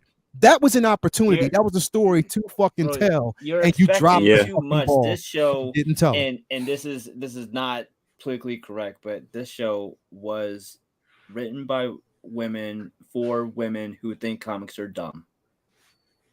Right. No, they had a lot of male writers on this show, though, including book writers. As you're watching that's this, not accurate. As you're watching this, did you not feel like this show was for people who think comic books are dumb and that all this is just silly? And no, I honestly didn't. I thought it was bad writing. I felt like as I'm watching it, this I did isn't not feel for like me. it was them making fun of or not. And the liking irony people is, who like comics. I thought it was just every bad woman I know, demoralizing the comic book. ironically, Yeah. it felt like it was written for women who don't typically like superhero shows. And ironically, every woman I know was like, "This is stupid. We don't want this."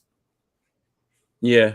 So it's like, who is it for? Because I don't know how many women in your lives enjoyed the show, but everyone, I was like, am I crazy? Do y'all like this? Talking to my sisters, friends, my girl's sitting there drinking. Like, I get why they think that this is for me or what, but no, I like it the doesn't same work, shit. man. It's like it's almost condescending to women to think that they want just a dumb like makeup and TikTok and girly version of the shit, as opposed to just wanting to see a cool story that happens to be female. You know what I mean? Yeah. Right. Because everyone I talked to was like, oh, but they also love Miss Marvel. So Miss Marvel was written and that was actually a teenage girl. This was written more for teenage girls than Miss Marvel was. Right. I mean, exactly. I words cannot describe how angry I was when I saw this. He said, Leo, that rage was his mother dying and he was being left behind. It obviously didn't happen like that. We know that. I know that, Maz. That's not what I'm talking about. And that's not, we know that rage, but that rage is what fueled everything and being left behind at that point. His mother dying and his father not being there and finding out that the Hulk was there, bro. A lot of that played into it. They didn't have to play that. They didn't have to carry that same scenario into this, but they could have told something so similar. The spirit of it could have been there. They gave us none of that. Right now, you've completely taken that opportunity off the board.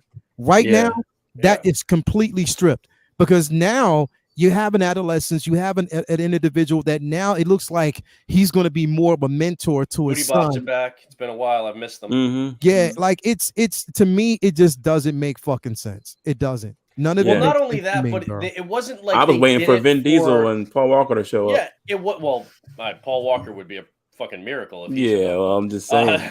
But they didn't do. They didn't do it for a reason, though. They didn't do it because they had something else in mind and then it paid off. They did it, but he just stood there. He didn't say anything. Like, there was no, okay, well, we're going in a different direction and there's a good reason why and there's a payoff. They didn't do that. So they wasted when we say that, no reason. See, perfect example. And I Marvelous, didn't have to say Marvelous. Now, when we say that, we're incels. Yeah, we were. You said it. Yep. Perfect.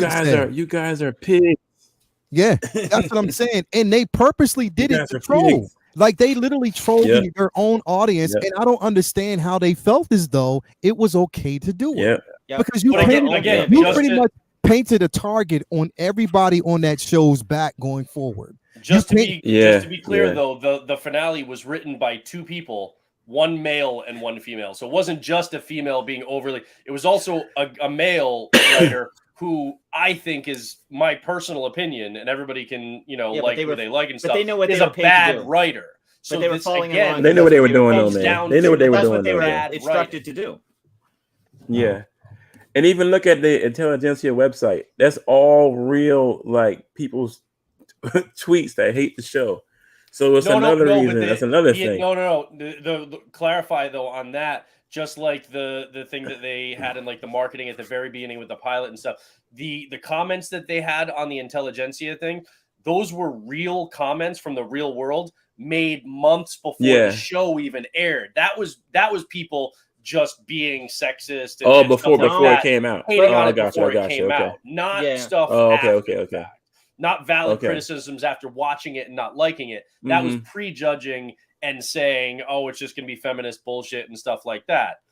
That was different, and I'm totally fine with. But still, the fact that they still used real people's. They didn't show their names. They just used the comments, but changed their like avatars and their change it. So they didn't like actually call anybody out by name. But it was kind of self-fulfilling prophecy, though, because if I tell you, I bet you're going to be mad at me, Brendan, and then I'll punch you and you get mad. Like, see, it's just because I was, I knew it. It's like, wait, you're a man. Yeah, it's like if you're going to call those people out, you're a man. You better make sure the show is good. Exactly. Like The show sucks, bro. make them feel stupid for complaining about the stuff that they think it's going to be, instead of doing exactly what you are criticizing them for criticizing you for. Because and then now being they mad feel you like, got that yeah, see, criticism. I was justified and stuff, Yep. even though they Yeah. made bullshit Right. arguments Right. because it was coming from a place of prejudice, not Right. critiquing a bad product. But now they're going to take that as evidence. That It's like, they were right imagine, when they okay, weren't. you know that there's people who are racist who didn't want to see Black Panther be made. It's like if the whole Black Panther movie spent 2 hours saying "fuck Whitey," and then being Right. surprised when they were Right. like, "I knew it." It's like, Yeah. I knew they were Why going to say shit? that. Right. yeah, I mean, Black Panther went out of the way to make sure that it wasn't divisive. Yeah. You know, it was for. They went out of the way to make sure it wasn't divisive, and they could have done so much to make Everybody that could a enjoy more that square movie. line. And Yeah. this one like leaned into the criticism and knew it was going to get, and then dared you to complain. It's very, very odd, strategy. I agree with superhero It's a displays. big Superhero part. displays, I the agree with universe that. is no longer cohesive. It's a I hot mess. agree with that. It is. Yep. And that's This whole phase is well, not the whole Yeah. phase, because Miss Marvel was good, but She-Hulk didn't so was even Moon walk Knight, out but- because she needed to save a kid from a burning car, etc. They had to make her rage because her catcalling unrealistic, ridiculous, no depth, no fierce growth, utter bullshit. It's Think about she it. is hitting it. They had her She lose is on the money. control. They had her Mm. lose control because of Some of guy is trying to video, talk to her. because of a video. Now think about how in control she was the whole time, and nothing Yeah. broke her, and that broke her. And then it basically it makes her look Here's stupid because she Yeah. spent the whole beginning with Bruce saying, "Look, I'm a woman. I'm We in have to be in control. control of our emotions." Blah blah blah, Yeah. and it just made her look Yeah. stupid over Yeah. something that dumb. And then she has to wear a restrainer belt like Abomination. And then it's because he changed to go do a seminar. He gets 10 more years, but she changed and she just gets to go back to work. Why wasn't she Back to work. put in jail? Why wasn't she put in jail for breaking her Well, probation? she didn't actually really she could Because have maybe they- some property damage, but she didn't try and break Harlem. And there's she- a and difference. She she still in broke. scale there. She Yeah. still broke her probation. But my thing Yeah. is with now, look, see, I'm not critical of what triggered her to kind of go savage for a little bit there and lose control, because look, there are plenty of women out there who would, have all of their personal stuff thrown up online or whatever and be slut shamed for something Mhm. that men would get high fives from all day long.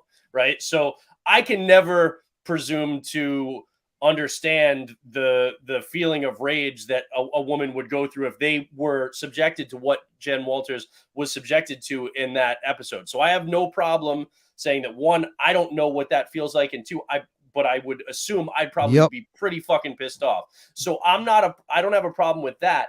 My thing was, you gave us that Savage Hulk that Savage She-Hulk that we've had in the comics, right? For a brief second, and I was like, oh, okay, maybe now she's gonna have to deal with the struggle of oh shit, maybe that savage part of it is inside me too. Bruce has experience dealing with that. Now I'm going to have to learn how to control this, and that's going to add another element to it. But then they completely abandoned it in the finale. That was my problem. It wasn't what triggered it. Yeah. It was that they didn't follow through with it. They never follow through. And on top of that, again, DJ, I definitely agree. She sucked. She was a horrible lawyer. As a lawyer. I was so excited to see the law. Not I was who so she excited to see the is. lawyer parts of the show. Exactly, bro, because she's extremely intelligent as a fucking lawyer that doesn't have to always rely on strength. We know she has it, but she's an intelligent lawyer who figures shit out. She knows how to win cases, and she's built that reputation in the books. They made her look like a fucking imbecile in this show, bro, and I hated that, bro. I hated that. How the fuck? Because they make you head of a firm at that point or head of that division, and you're losing so many fucking cases. It made no fucking sense. I wouldn't have rehired you after that. Like, literally, I wouldn't. Because I can't trust that you can actually do that by putting your own fucking needs and emotions ahead of something that's important as a fucking case. Cases that she should have been there to fucking solve. No, she wasn't. Because she felt the need to Right. Yeah, it did. That shit didn't fucking make sense to me, They man. made And her that's what they drove So made me wait, the crazy. only case she won was They made hers, her wasn't it? insecure and incompetent. Insecure and incompetent. That's But not wait, She-Hulk. the only case she won during the show was her case, right? I mean, think about it. And she wasn't even Is the that the winner. only case she won? Huh? I She think won. she She won the won the case Abomination case. against Abomination against case. Donnie Blaze. Oh, okay. Yeah. I forgot about Yeah. that And one. Donnie But Blaze. So yeah. she basically won that for him, and she got she did You help know, to win that case for The Abomination as well. the funny thing too is that in that fourth wall breaking scene when she's in the room with Kevin, right, with Yes. the AI, right, Yeah, yeah. and she says she's like, this is a legal comedy, and he's like, well, if that's what you want to call it. And I was like, well, that's actually funny because he's basically calling you out for, well, you're not a legal That the comedy writing because is one, you trash. haven't been funny, and two, Yeah. you haven't really been doing shit in the courtroom. There's been At no all. legal side of it. So there's no legal side, there's no funny side. So calling yourself a legal comedy is kind of funny. And it was interesting that within the fourth wall break, it was like, you're calling yourself a legal comedy. You're not a legal comedy, but that was coming from the No. actual writers of the fucking show. From the writers, bro. Yo, I can't. Unbelievable, man. I wanted this success. I wanted this more so than any because right now I love the current run. Like I love the current run. I The love book the is yeah. great. Yeah, the book is It- great. the The, book is show great. just isn't. The show, it the thing is, it felt like it was making fun of the characters, and that they were basically set there to say, okay, cool, we're just gonna actually put it's a middle finger up to majority of these. Literally, it was a mockery of what the character should have been and how well the story should have been written. Yes. I didn't. I'm Yes. sorry. Again, this. I can't, and I know there's going to be Maya, and I understand, Maya, you like the show, and I get that, and we're going to always sometimes you're going to agree to disagree in certain aspects, and I'm glad you got out of it what you wanted to get from it. Mia, I'm sorry. I'm glad you got out of it what you wanted to get from it. From me, I just felt as though they did the fucking character a disservice, and that's what I hated. Like A huge disservice, man. Huge disservice because Jennifer Walters Big is time. extremely intelligent. She Way is different in the comics. extremely intelligent, Mhm. and I hated the simple fact that they made a mockery out of her, and it didn't sit well with me because she's more intelligent than that. She would have basically found a way to win every fucking case and be present at the same time. And they wasted Titania. Exactly, they definitely wasted Titania, bro. Like I don't even know why she was there. Like she I love leave. in the comics how they decide, all right, look, we've run head to head a lot. We're just gonna once a week we're gonna get together in an alley or something, and we're gonna beat the shit out of each other. We're gonna fight. Don't hurt anybody else, and just take out our rage and stuff. Like they could have explored that relationship so much more, and they didn't. None of that was in it, bro. None of that. Now Freddie, no hate, but you're wrong. Sorry. The Daredevil episode I liked. And I ain't gonna lie. I like that one episode that he was in, but the ending, I fucking hated what they did to him in the end, bro. I hate me myself. Yeah, that was hated because it. Having him walking like that. Yeah, I hated that. In daylight. That was dumb as fuck. I hated that. That was dumb as fuck. I could not stand that, man. The episode but I ain't like that. In though, that was lame. Is a different story. The main episode that he was in, because again, I loved the fact that they showed a much more acrobatic Daredevil that is more akin to the comics. I want to see that power more. Scale him up. I want to see more of that. Yeah, scaling him up so he definitely power matches in the scaled MCU. up. But also the banter that he had. You know what? Here's the thing. If you read, again, I am the biggest Daredevil fan on the fucking planet. If you read the comics, he has good banter with Spider-Man, with She-Hulk, okay? He has good banter with Black Widow, all right? He has good banter with all of these characters. There is more to this character than just the Netflix. And this is the MCU. We're not just getting Netflix. People have got to get that out of their heads. And some people can't wash that off, man. There was literally, minus the fourth wall breaking, like he drops down and stuff in the finale. In the previous episode, there was literally nothing done in that episode that contradicts the character of Daredevil or is out of character, out of keeping with who that character really is if you're familiar with him. So Yeah. all love, but no, this like, oh, it's a PG, like, no, that's Nah, not I agree in it. I love that episode. That was a good one, man. The episode I was like my dope, favorite one. But see, the thing is, it's like, here's the thing. I didn't like the ending. And I'm gonna say this with it's just my opinion of what they've done. In my opinion, that ending completely it just kind of erased everything that I saw earlier.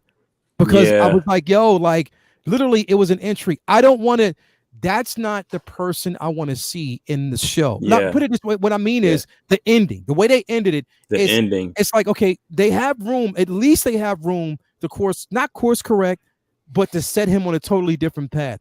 They had that chance to do that with Daredevil. Even though they fucked it up in the end, it was a fucked up ending that they didn't have to bring him back. They didn't. Nah. They did not have to bring him back. They brought him back just for a joke, just for a fucking joke, and they didn't need to. Smash Daredevil. Like literally, like, you bring garbage, him back man. to a fucking family picnic and a barbecue, Mm-hmm. and you do the same thing with the Hulk, bringing him in to introduce his fucking son. Yuli is right there. Wasn't Titania more like Screwball? Like Brand's live streams, like if you're familiar with the character of Screwball in the comics or in the Spider-Man PS4, PS5 game, right, by Insomniac, where Screwball is like all about social media and getting likes and setting these like challenges and traps for Spidey and stuff. A ridiculously annoying kind of social media obsessed character. That's what they made Titania in this show. That's what they did.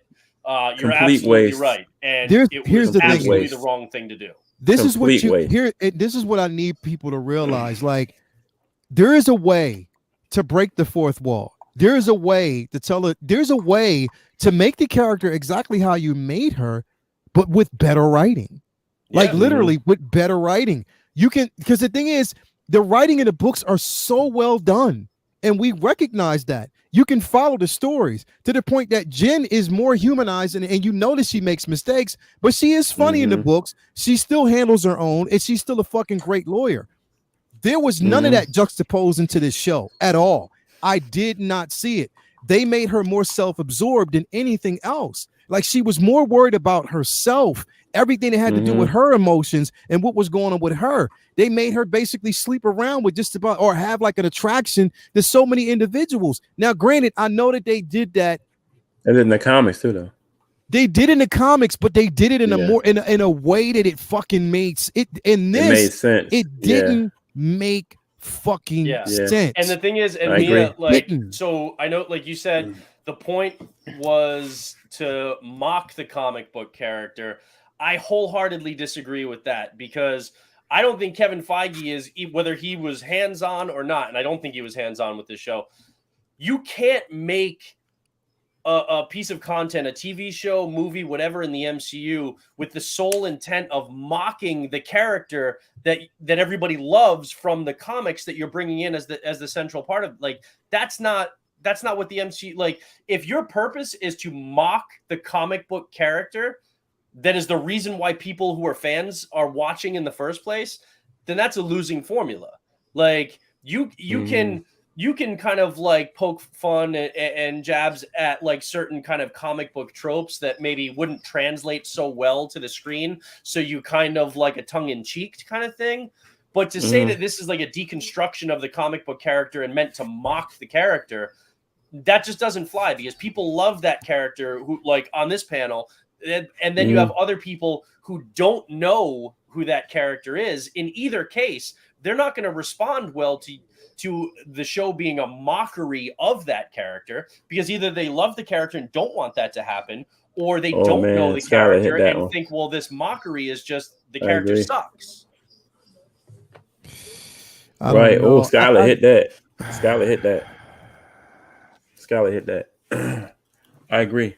Well, you that's did all that fighting. You did all that fighting to get your name for what? For what? That's exactly my point, Marvelous. They're not mocking the characters; they're mocking the fans. Yeah.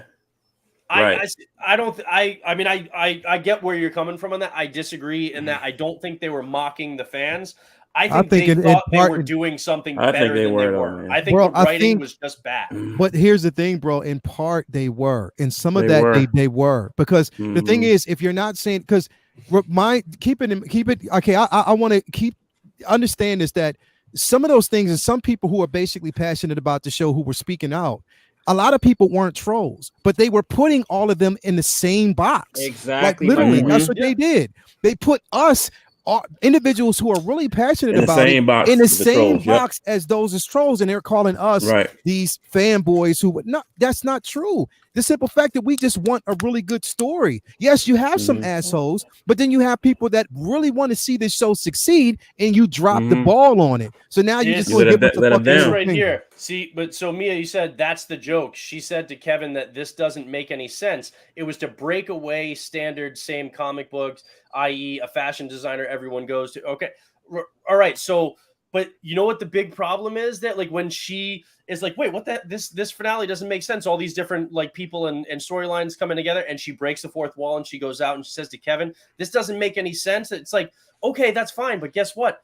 She didn't come up with something that made more sense. She went back into the comic book world, into the show world, and everything. All the bad guy was already handcuffed. Yeah, and already everything handcuffed. Was just done. Right. There was she didn't come up with any resolution. Any type it was of like solution. the lazy No. writers No fight, just didn't no have nothing. a way to end it. So they were basically like, after the fourth wall break, we just go back in and everything is already resolved because we didn't know how to resolve it ourselves. That's the problem, right? So it wasn't that, they're trying to deconstruct and say, okay, see, now she was saying it doesn't make sense. She didn't come up with a better way. So it just ended flat. But see, here's my thing too, in Maya, because I love you to death, but or Mia, I'm gonna call her Maya because the name just looks like Maya. I'm gonna call her Maya. I'm sorry, I'm gonna stick with it.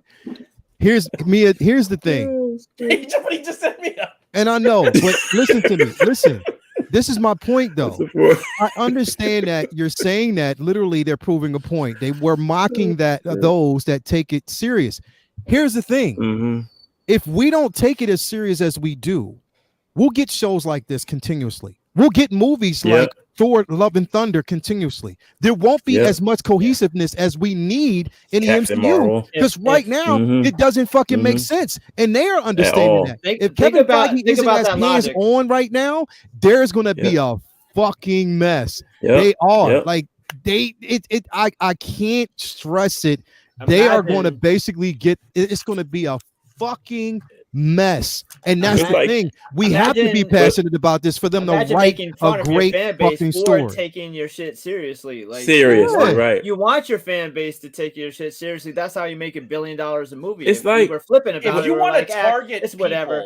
I get that they're making that some people feel like it's okay to make fun of fans sometimes, and I guess if it's Raynor is fine, but that's a very, very dangerous game because you are basically like you're mocking your own fan base. It's like poking the bear a little bit. I mean, you want these people to keep going to your movies, and you want your movies to be inclusive. Where we spent the whole first half of the show talking about being inclusive and representation, and then here's like how you guys suck for liking these shows so much. If you want to, you guys are stupid for liking these movies so much. So it's time to make fun of you guys, bring you guys down a peg. If you're mocking the people that are paying your rent, call them out, then that's fine. But you can't do it at the expense of alienating the people who were supporting you from the start. They're paying your because bill. Then you don't have any support. You're mocking the people that are paying your rent, and then the people you lumped in with them, unnecessarily. Because we were all behind this show, and literally every episode we were hoping that it was going to get better and reach the quality of the comics. We didn't abandon it. We stayed for every single episode, hoping that it was going to get better. That it was going to get better. We still supported it. We still watched. But rarely do all four of us agree. Well, we all wanted this show to work. We all like She-Hulk from the comics. We all knew that she broke the fourth wall. She was an OG fourth wall breaker before Deadpool. We all wanted the show to make sense, right? We got thrown a hot pile of dog shit for what? 8 weeks, 6 weeks. You know what this show did? This show was trash. It fatigued us. Yeah, definitely. We're gonna jump into that, but I feel like that there is definitely a difference of opinion of the way that they had going forward now than they did when they started out. So there's definitely a shift in direction that's very obvious, the way from Thor and this and just the way in Eternals and just the way things that have gone this phase 4. I can't wait to get into the fatigue part, because there's still so much potential. There's still we're so getting many in good there things. now. Do you think Feige is spread too thin? You think 100%. he's spread too thin? 100%. Well, all the I think project he needs a staff underneath him that he can kind of delegate to, but that are more hands-on and maybe aren't at his level as far as knowledge and stuff like that, but they know what he wants. Close. He needs a staff that can, that can kind of spread out and touch the touch points that need it, that he can't always be there for. It's a unique problem that he wasn't hands-on for this show, right? It's a unique problem that no one's ever had to face. No one's ever had to do what he's being asked to do. I mean, in a comic book continuity, like it's obviously it's set up to sustain as many books as you want to. And in the comic books, like there's no limit. It's like saying there's a limit on books. There's not a specific genre but on screen, no one has had to deal with what he's having to deal with here. So I'm not surprised we're gonna get like he's spread too thin, bro. I'm not surprised but I don't think that there's superhero fatigue for me personally, because a shitty show here and there isn't going to detract from when it's good. Because if the next show is like Moon Knight, that fatigue goes away, and then but if the next show is Thor, Love and Thunder, it comes right back. Like it is, it's come right back. But they have lost they could do no wrong. Exactly. Here's the thing. I want to bring this in now, because I'm bringing it now. Lael, right before you bring that in, I just want to say something. So Mia just said, you all aren't the audience. You are not women in geekdom. No, but we're still fans of that character. Why are we not allowed to be in the audience? Yeah. That's like, you can't, I'm sorry. Like, I understand that we're not maybe the main focus, for that's why a woman can go on and explain her genuine opinion. Long-term fans of this character who have been reading it for 20, 30 plus years are not part of the main audience. That's at all. That's the opposite of inclusivity. Like inclusivity is bringing everybody in. It's not bringing new people in and pushing out the others. Like, the others, right? It's not an either or. It's not an and. It's everything. Right. It's not a pie. Yes. If I'm not, you're not the audience. You're not women in geekdom. I understand that, but I am a man who is supporting women in geekdom. Right. I'm a man who is spending $4.99 every fucking comic book Wednesday, whenever there's a book released. A fan of comics such as Captain Marvel. A fan as such characters as Catwoman, She-Hulk, Storm, Black Cat, Storm. Of these iterations of a fan who cannot wait to see the fucking Flash film, not because of the Flash, because Supergirl is in that fucking film, and I want to see that iteration of it. From Boston. One of my favorite characters, exactly. That is from Boston. People like me, people like us in the community who want to see this show succeed, who got up every fucking morning to watch the show and support it. We actually were the one who supported viewership. So if we are not those, then what are we then at that point? Because the thing is, it's like, look, if a woman can have an opinion about a show and an iteration of a male in a show, then why can't we have that same conversation about a woman in a show? Because the thing is, keep this in mind. We all watch Miss Marvel. And we loved it. Ms. Marvel brought people in. We loved it. Brought people in. Tried to exclude certain people in favor of others. But realistically, how many of that other group of other women were you at? Because I know women who are big nerds, big comic book fans who hated this show. Yes. They hated this show. If a woman criticized a Batman movie, I wouldn't be like, "What do you know? You're a girl." Right. Exactly.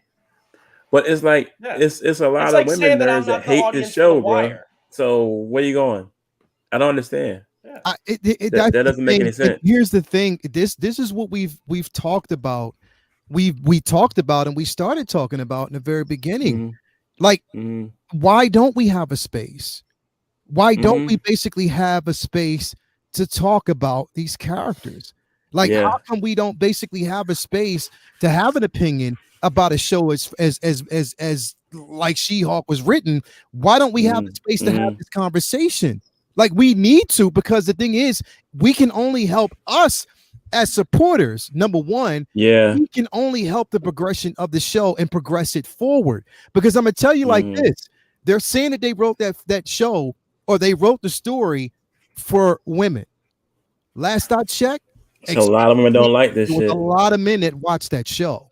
A lot of lot women of don't. men that watched the show and supported the show. And a lot of women So- who watched it and a didn't lot of like it. And didn't like there it, was bro. a lot of women, didn't a like lot of it. women in the chat, a lot of women that were talking about it, a lot of women that I've seen on different panels that said that Right. they did not like the iteration of Did the not show. like the And show. on top of that, Exactly. that the jokes fell flat. Yeah, It and did you Yeah, also exactly. got to remember, you can't say, okay, this isn't meant for you, and push men like us out of this conversation, because We guess spent what? the whole Right. beginning of I the have show. I have two daughters that Exactly. like comic books and like comic book Mhm. characters and like these movies and TV shows and are reading Mhm. comic books because I fostered that, because I love them and I showed them to see if they would have an interest, and I've been fostering that because, and I'm happy that they're getting into that. Lael's daughter is literally in the chat every Talking week, about it. and she's in here right Right. now, right? Right. So it does And she is disservice quick. if we're saying you guys She aren't the hates it. audience and you know, go over there for this show.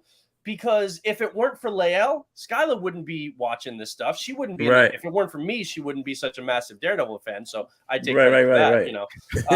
Take But the like, kudos. and my kids. So like, we have to have this conversation. So saying you're not the audience, you know, and saying, well, you know, yeah, you're reading the books and you know the books, but this show isn't the books. That's the problem. Right. Is the show is supposed Exactly. to be what is loved. They wouldn't have announced this like and gotten everybody all hyped for this, it not knowing that it was like not going to be representative of the comics. They knew that that's what was going to get people excited. So you can't say that, well, this is not the comics. No, but it's supposed to be Marvell's and representing the Latoya, y'all spirit of hitting the it. comics. Y'all hitting it. And that's Boy, the they thing, hitting it. like, it can be diverse. You have some women who loved it, and I'm happy for them. Mhm. You have some Mhm. women who hated it. The thing is, if a man basically told my daughter, you can't be subjective or objective about Daredevil, you don't have a right to comment about that, I'll be like, well, why doesn't she? Why doesn't she? Right. Why is this? She did not like the way he was portrayed in this show.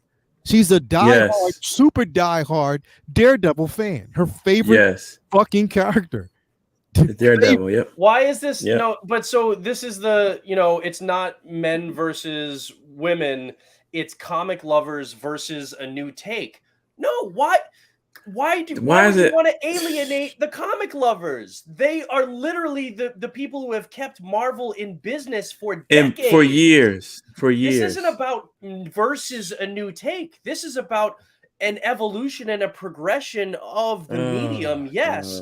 But you bring people with you. You don't try and say, no, like, that's the old, you liked that. That's Right, good, but right. fuck off because this is the new take and you don't like it. I mean, literally, my wife just texted me and she's like, I'm a woman. It was poorly written. I didn't find it funny or quirky or anything else.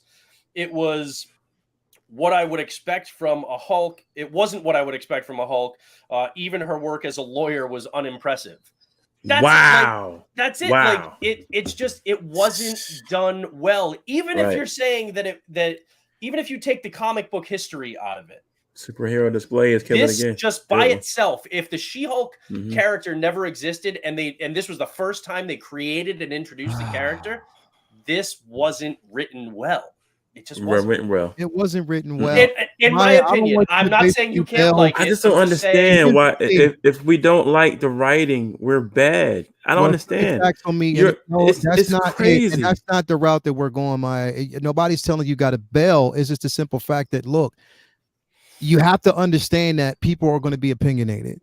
you have your feelings about it, but then people are going to push back because they might feel a totally different way. It's not attacks. I think it's a healthy discussion. We didn't see any No attacks one's in the basically chat, attacking but at if all. there were, None. because I'm not seeing every comment. If there were, There were that's no out of attack. line, and people don't do that. We'll take care of Because it. this is We'll supposed- this take is a care of safe it. place for everybody, including Yeah, you, it's Mia. supposed to We be a want safe you place, here. but I don't But- think Yeah. there were any vicious attacks out there. I think that there were No. just basically opinions, valid opinions about the simple fact that number one, Mhm. women and men have just as much right equally to have a discussion about a show that wasn't liked. And it You're was, muted, Vinny. it was hugely not liked. There were more people out there that didn't like the show than those that did. So Exactly. again, like if you can't listen, if we ourselves, and the thing is, we are openly critical about certain things, but then there's some people out there that will push back on our opinions. That's why it's healthy. It's healthy to have, Yes. because we can agree to disagree, and at the end of the day, hell, just a few weeks ago, all of us on the panel disagreed with each other. But at the same time, we know these are the fucking discussions that we're going to have, and we have to Exactly. understand that. So there shouldn't be a space where anybody feels as though they're being attacked. But at the same time, you have to welcome and understand everybody's opinion. So Maya, if you're still out there, I don't want you to feel as though you're being attacked. Or Mia, if you're still out there, I don't want you to feel as though you're being attacked. But you have to yell at each understand- other like Exactly. we'll yell All at each other time. for an hour, and All then the after time. that we'll laugh about it, like because we get animated about it. But that, like, so again, if there were any out of line comments in the chat, then Mia, we one, apologize for that. Two, that's not cool. Don't do that. I didn't see any of it though. This is just a blanket, like, please everybody be respectful. But we can all, Vinny, you're muted.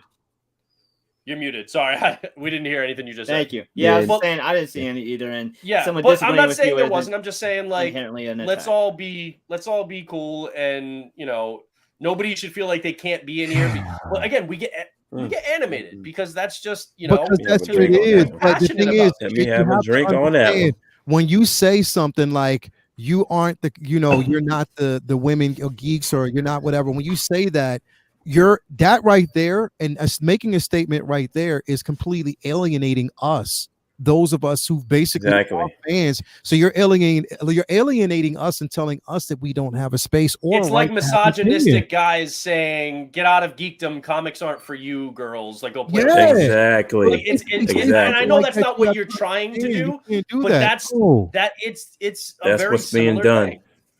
Yeah. And that's it. Like, everybody's entitled to their opinion, even if it's piss poor wrong. That's your opinion. We understand that, and let's just move on from it. Anyway, let's move on. Eventually, everybody comes around to me being right. It takes a while sometimes, but healthy Let's debates, go. We're all getting like you fatigued. said, healthy debates are not attacks. They aren't. They're healthy Exactly. debates, and that's just the way it is. When people deem it that way, then you're labeling it, and then you're quick to basically push back and say that, okay, someone had an agenda. That's not it. It's healthy discussion. See, Mike in the chat, I totally support your right to be wrong. So, no, I'm just fucking with you. No, but you know what? I'm glad. If you enjoyed it, man, then watch it, like, love it, enjoy it, like, that's all fine. He said, like, until the finale, we're all saying breaking was this fun, is but fact. the actual ending was nothing special. You're right. It was fucking terrible, and I'm stand by that, and I will never watch this show again. Plain and simple. Moving on. And look, we liked the first 2 episodes, and then we liked the and that was it. like the Daredevil one. So it's like, and here's the thing. Here's the thing. I enjoyed Moon Knight into the end. That last episode sucked until the end. That was you really did not like the kaiju moment. That was just my opinion. I did not fucking like it. Other people did. People on the panel did. But to me, I thought it was just it was lazy writing. I love Moon Knight all the way through, man. And I did not. And it was a waste of an opportunity to see another fucking character who we wanted to see the entire fucking show. You could have took that kaiju fucking fight out and brought that character in, and it would have been fun. Anyway, moving on. Marvel Studios right now, there's a lot right now. There's a discussion that there's a bit of fatigue. Yeah. And right now we are kind of seeing that with lazy writing, shows that are up here, down, the fumble. You fucking fumbled. How can you fumble such a great opportunity to bring our Blade back into the fold, and you fucking fumbled? They fumbled that. They shelved Blade because they couldn't find a writer to fit in 8 jokes a minute, and so they're like, "Oh, like let's wait to talk." That's what I think, bro. I feel That's like what I they think. couldn't get somebody to come in there and make it funny enough because watch the And make it beginning funny. watch the beginning of the old Yep. Blade and it's just blood everywhere. I'm thinking, wait, Coming out of the sprinklers in the club. Instead, it's gonna be jokes everywhere. Like at this point, Yeah. after what we've just seen the past couple, outings from Marvel, I don't want to see Blade in this world. Nope. Yeah, that's what I'm They've saying. had- Especially with Love and 3 years, Thunder though. poison that's going to cross the MCU right now was just ridiculous, bro. Bro, Too many How jokes. is this script not in better shape? They announced Mahershala Ali 3 years ago. 3 years ago, bro. Right. He's got to be Right. frustrated because he's got to be thinking Yeah. like, "Let's go! What are y'all waiting for?" Right. Right, no fucking. Right. And here's the thing, I understand that Mikey, they said not no Blade. at all. If you hear Blade tell a joke, I think I'm walking out of the theater. That's the I'm be last mad as person- hell if I hear that, dog. That's the last person you ever see a joke. Ain't no jokes from Blade. One of the Hell most serious no. cats in the MCU. Mikey He Lito, telling a is joke, not I'm supposed done. to be fucking. Shout out to Mikey Now, Lito too. the I thing talk to him all the is- time on Midnight Muses. That's my guy, Mikey Lito. Thank you for being here with us all day, bro. Appreciate Now you. the thing is, the whole clusterfuck with Blade impacts the whole rest of their slate. Like we've already seen. Now there was a 6. Now some of it might be good. It might give them more time to actually flesh some things out, introduce some characters better. There was only a 5 or 6 month gap between the 2 Avengers movies, Secret War or the Kang Dynasty and Secret Wars. Now it's a full year. So, and they have other unannounced projects that are supposed to be kind of in with those. And one of the things that I was like, oh, pie in the sky, I would love it if they did this. They won't. I know it. But just imagine Werewolf by Night was fucking awesome. I loved it, right? Dude, with Blade in there? Oh But my what God. if we got leading man. up to Secret Wars, leading up to Battle World, or maybe as like Battle World kind of one-shots? What if we had a series of hour-long one-shots that each focused on a different character or a different group of characters on Disney Plus leading up to the Secret Wars movie? Now that they've got more time. Now, again, logistics and getting those off the ground, unless they were planned way in advance, I don't think that's going to happen. Yeah. But Yeah. that would have been really cool if they did, a series of one-shots in between leading up to that, where we get different a little movies. bit more fleshed out for, some of these characters leading into that movie. I just thought that would have been cool. I don't know. And again, now this whole slate is kind of messed up because this Blade movie has impacted all the others. Are they going to take advantage of this extra time? Or is this just like a Band-Aid on a bullet wound kind of thing? Now, with the one shots, you think they would take that would be even more Kevin Feige's time being spread, even thinner than what it is now. Well, I don't think that's happening. There's also rumor that they want to take one shots to introduce X-Men as 1 hour specials and then just throw them in. Yeah, that would be cool. I don't think that will happen. That's a rumor. But my point is, Yeah. they need to start doing stuff like that for stuff like Blade, where if you don't know a way to figure him out into continuity, I hate to say it, but it doesn't all have to fit into the continuity. You can have something like Blade or Black Knight or different stuff like that and be self-contained. But there's plenty of comics that don't have shit to do with the other comics. That's I mean that's been since forever. You don't. The problem is every single we love it. We don't want it to go the DC route where it's just like only one shots, but you can have one shots in Marvel Studios and just look, we don't know where Blade fits in with the Avengers, even though he's in the comics. But it took many years for that to flesh.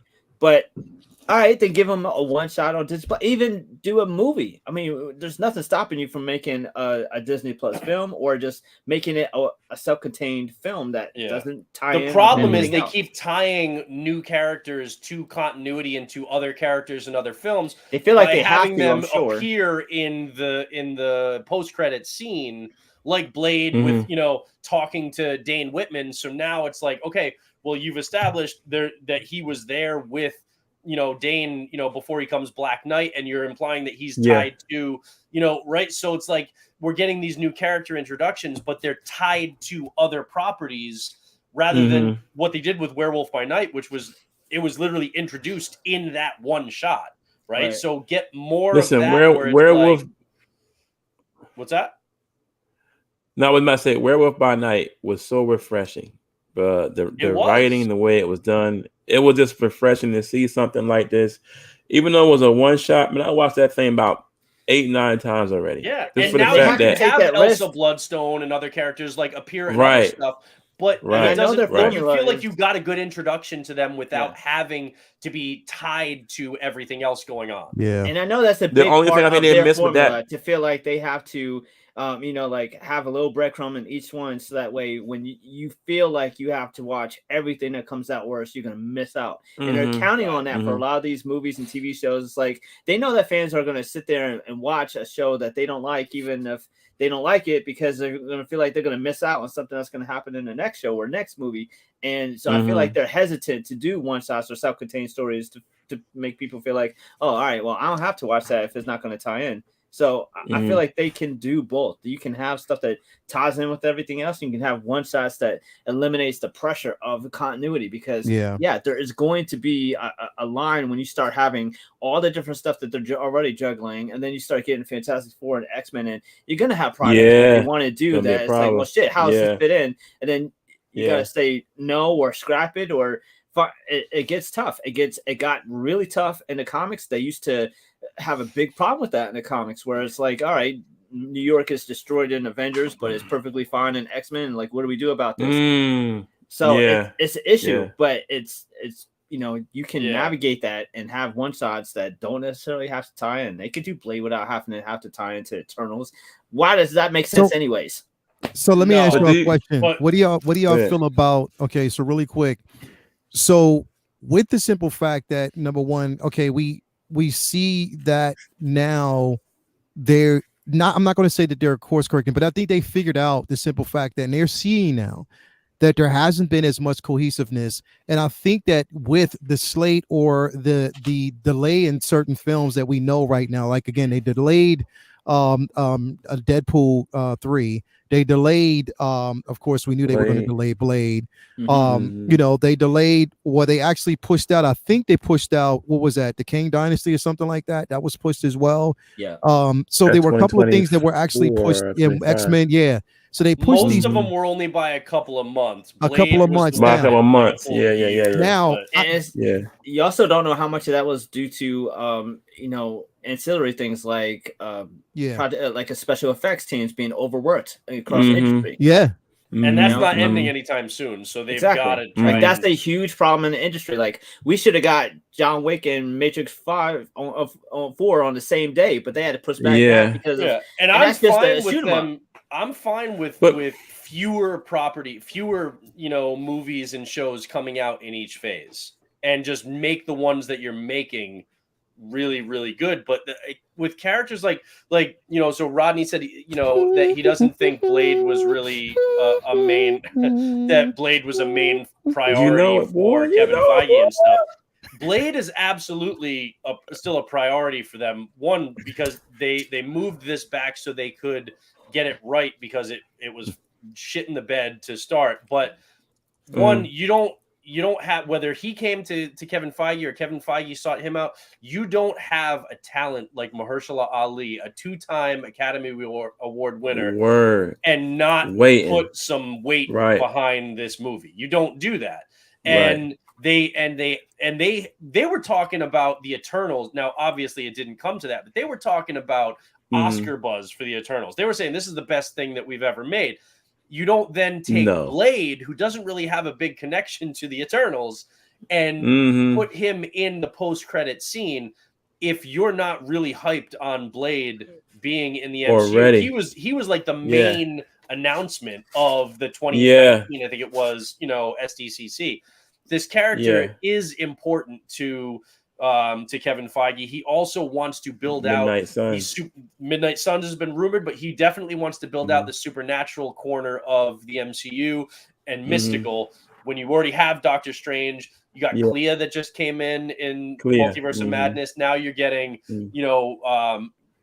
Blade, Black Knight, hopefully Ghost Rider, things like that. So I hope so. Those are things that are a priority for them. It's just there are a lot of priorities. Now, do you this think- was one just that wasn't handled that well from the start, and that's why they need to push things back. Do you think the lack of cohesiveness that's going on with the movies and shows right now is because of fatigue? With Kevin, I think they've. I really think so, bro. I think they've just got so many things going that So it's much harder. shit going He's on. spread thin, and it's harder for him to be as hands-on as he was, which is why I think he needs like a more tight-knit staff beneath him that he can kind of delegate certain things to. And see, here's the thing: if you look at this phase, has actually had some really great pieces of content from WandaVision to, I thought Loki was great. I really liked Falcon and Winter Soldier. I know some people loved it, some people didn't. Ms. Marvel is a standout. Shang-Chi was really good, right? So there are a lot of pieces of content within this phase that were actually really good.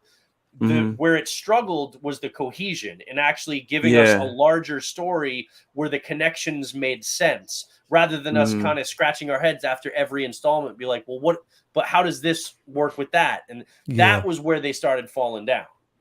But see, a lot of that stuff was really good though, because he was hands-on with that stuff, right?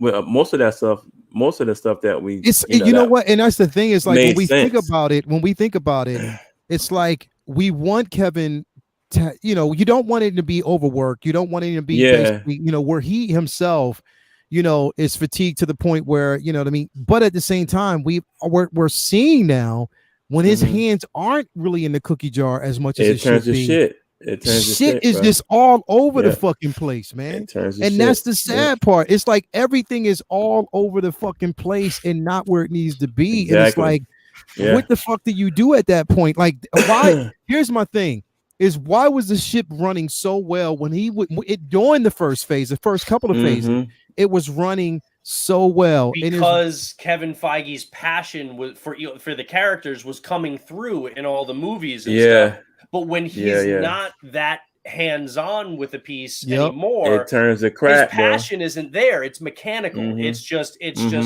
getting this done. Getting this done on this date with this budget and stuff. It's not him in there saying, this is what this character needs. We have to be true that we got to be here for this. That's what he had when he was involved in all these other projects.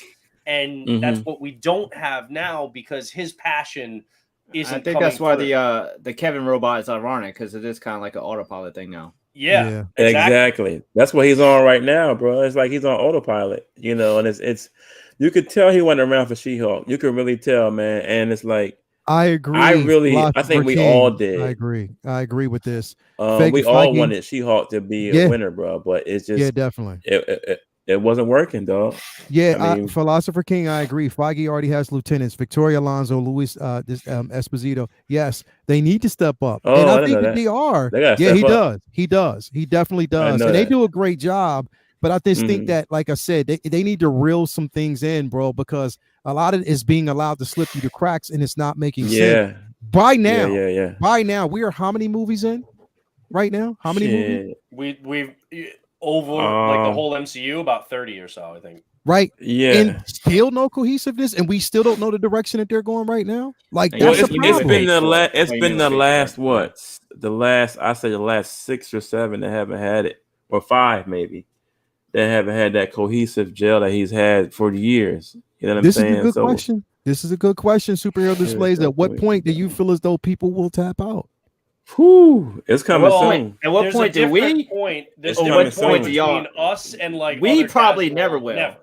We won't tap out because we'll watch it and we know the content is there. Yeah. And we try to give it as much of a chance as we can. Mikey Lito, thank you very much for that, man. That's a 30 good question, and 37 production. Yeah. 30. I'll punish myself and watch the next Venom movie. They make it, I'm gonna watch it. We are addicts. We are the once you take it too serious that makes all these companies billions of dollars. Yeah. But it's the general public. It's just a matter of how long do you have a string of bad films before you have another hit that makes everybody forget. I've read 30 issues of a comic book run waiting for it to get good. We all have. Think about we all because done that. we're we all have done that. That because tier we're like mistake. completists. We have to know the whole story. We have to know everything. But I think as far as the general public, like how many of these, I think that the general public is a short-term memory. Like think about how,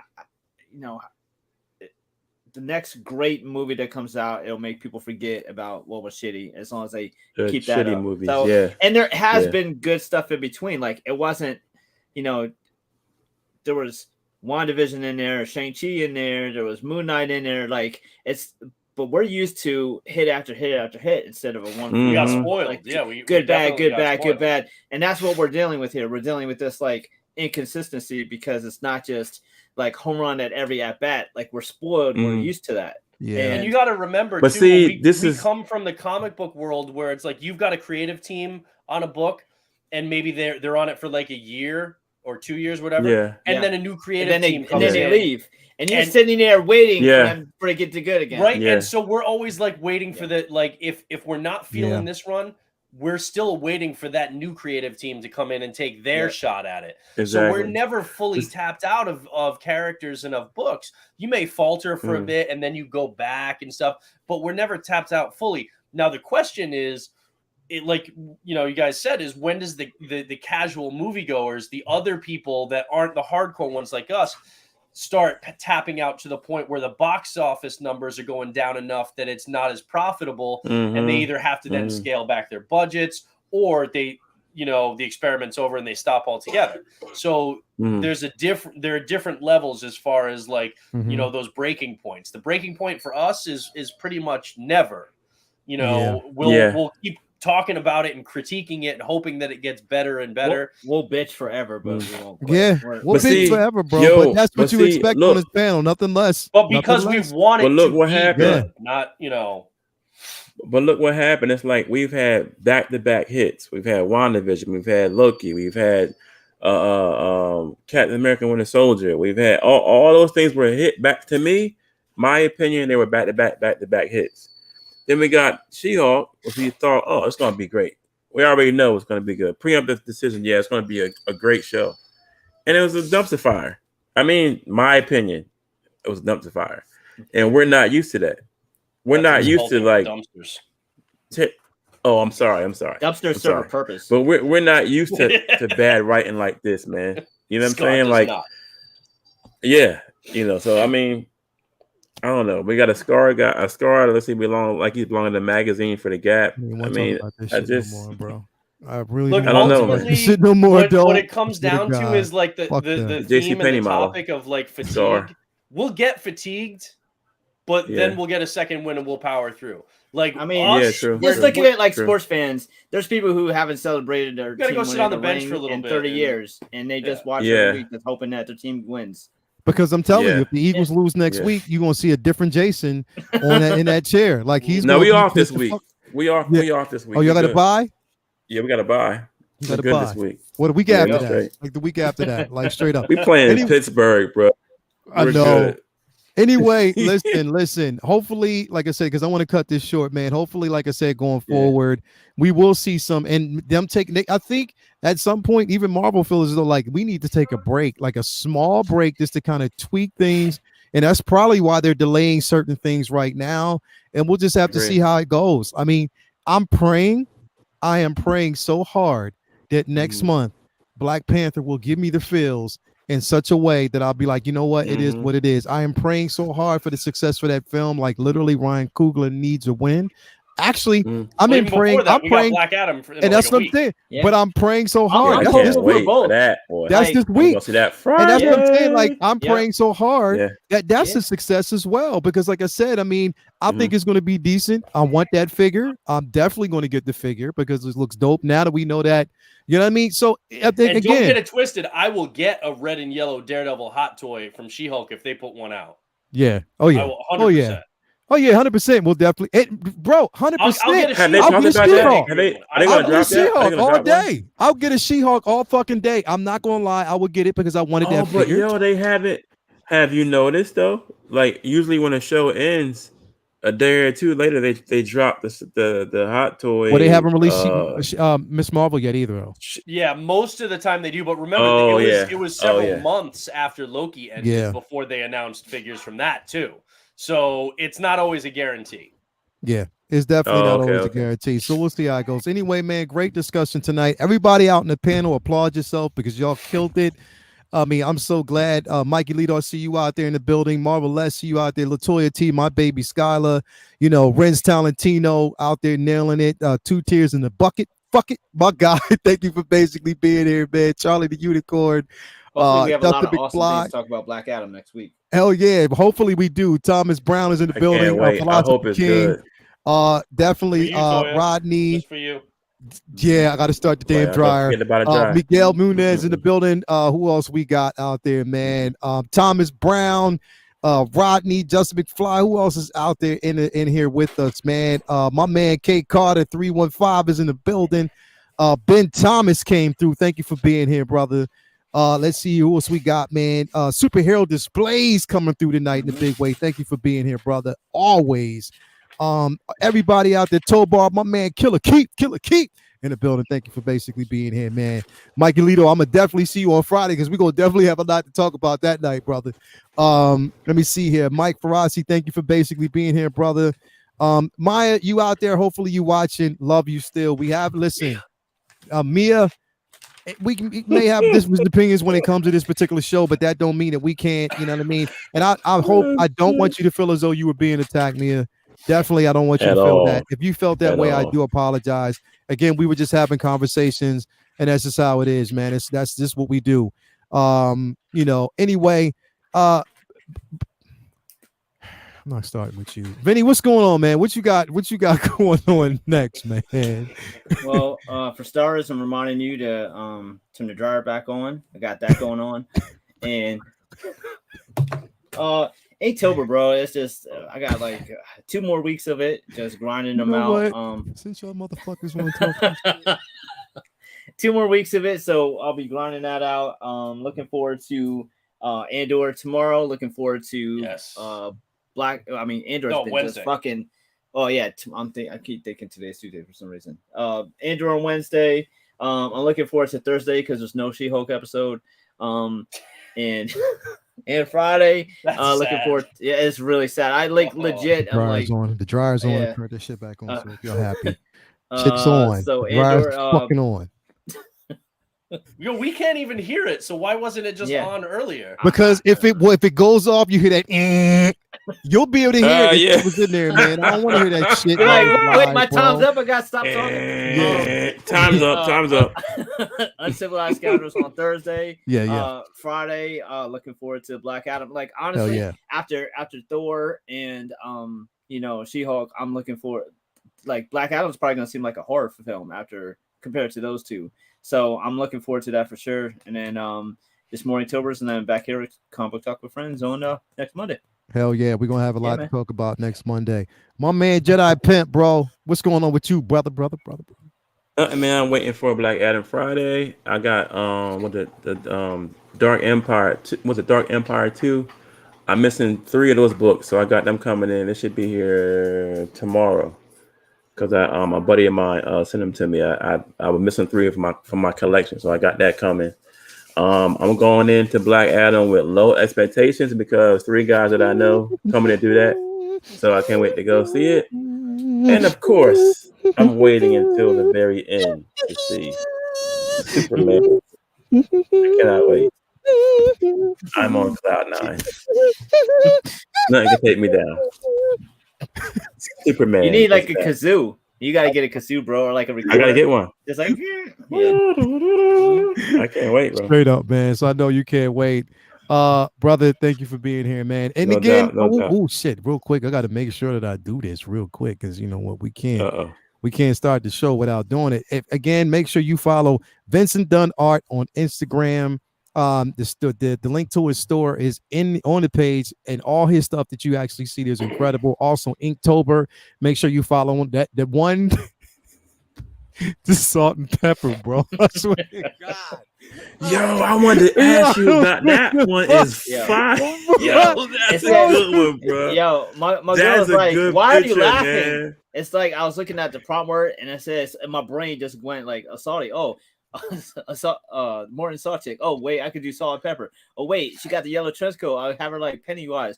Oh, wait, I almost drew Pennywise as Pepper in the sewer. Like, I Bro. just had it just going and going. I just had You all these killed thoughts. that, I'm sitting there man. just laughing to myself, Yo, that shit thinking What a of it in good my head. picture, bro. funny as fuck, bro. I was That laughing was my dope. ass off when I saw it. That man. was dope. Anyway, Jedi Kid also follower Metal Master Sergeant. I just had to say that for fucking Brendan for making me funny, man. I'm saying making fun of me and shit. Anyway, fuck it, Master You gotta get my rank right, Sergeant. man. Get the rank right. There you go. Just wanted to basically put Cool, that cool. out there. Not Masters GT. Well, GT, right? that's Anyway, it. That's it. butt naked. What's going on with you, bro? Just trying to get my focus on. So making sure you're aware, you know. Just trying to get my focus on. That's all. Just saying. It's saying. good. That's right. Focus. Tobor knows. Very subtle. Focus. Subtle. Renz knows. Had to get the focus on. Focus watch. Focus Yo. watch. Focus watch. Focus watch.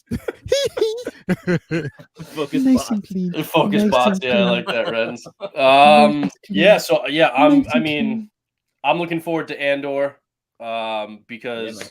legit, man. Andor's I on mean, fire. it is just so fucking brilliant. Yeah, it is. Andor's good, bro. And it just Andor's good. it makes my heart sing because Mhm. Rogue One is my favorite Star Wars film, and to have this show be so fucking good, I'm over the moon with that. So yeah, I'm super happy with that. So I'm looking forward to Wednesday. So many Easter Tomorrow, eggs, I've bro. actually got some Daredevil slabs, some CGC slabs that I won in auctions that are being delivered tomorrow. So I'm super psyched about that. And I've got the Pure Arts Assassin's Creed Black I agree, Flag Thomas. Edward Kenway quarter scale that came in that I think is my new favorite statue in my collection. This thing is insanely massive. That's awesome. So I'm gonna be filming some stuff with that tomorrow, Mhm. and then just Yeah. work, just getting through work and stuff, and then Black Adam on Thursday. I think I've got like tickets at like 3:00. So gonna go. We're and going on hopefully- Friday. Toya said she's gonna buy me a big ass bucket of popcorn. The So one with she's the going. bowl. Toya said this Friday she's going to actually get me the souvenir cup because Yeah. we always. So Toya's getting that. She's going to get me the souvenir cup. She doesn't know it yet, but she's listening, so she's getting me that souvenir cup. Some theaters Well- are giving out the figure. The 12-inch figure. Oh, for real?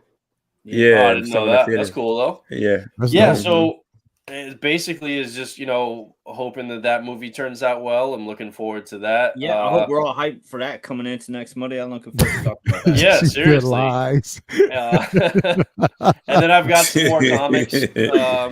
Comic Book Wednesday, so I've got some more comics coming in. So looking forward to that. I got a new Deadly Spider-Man #1 variant by David Mack for the cover. So I'm really excited for that one.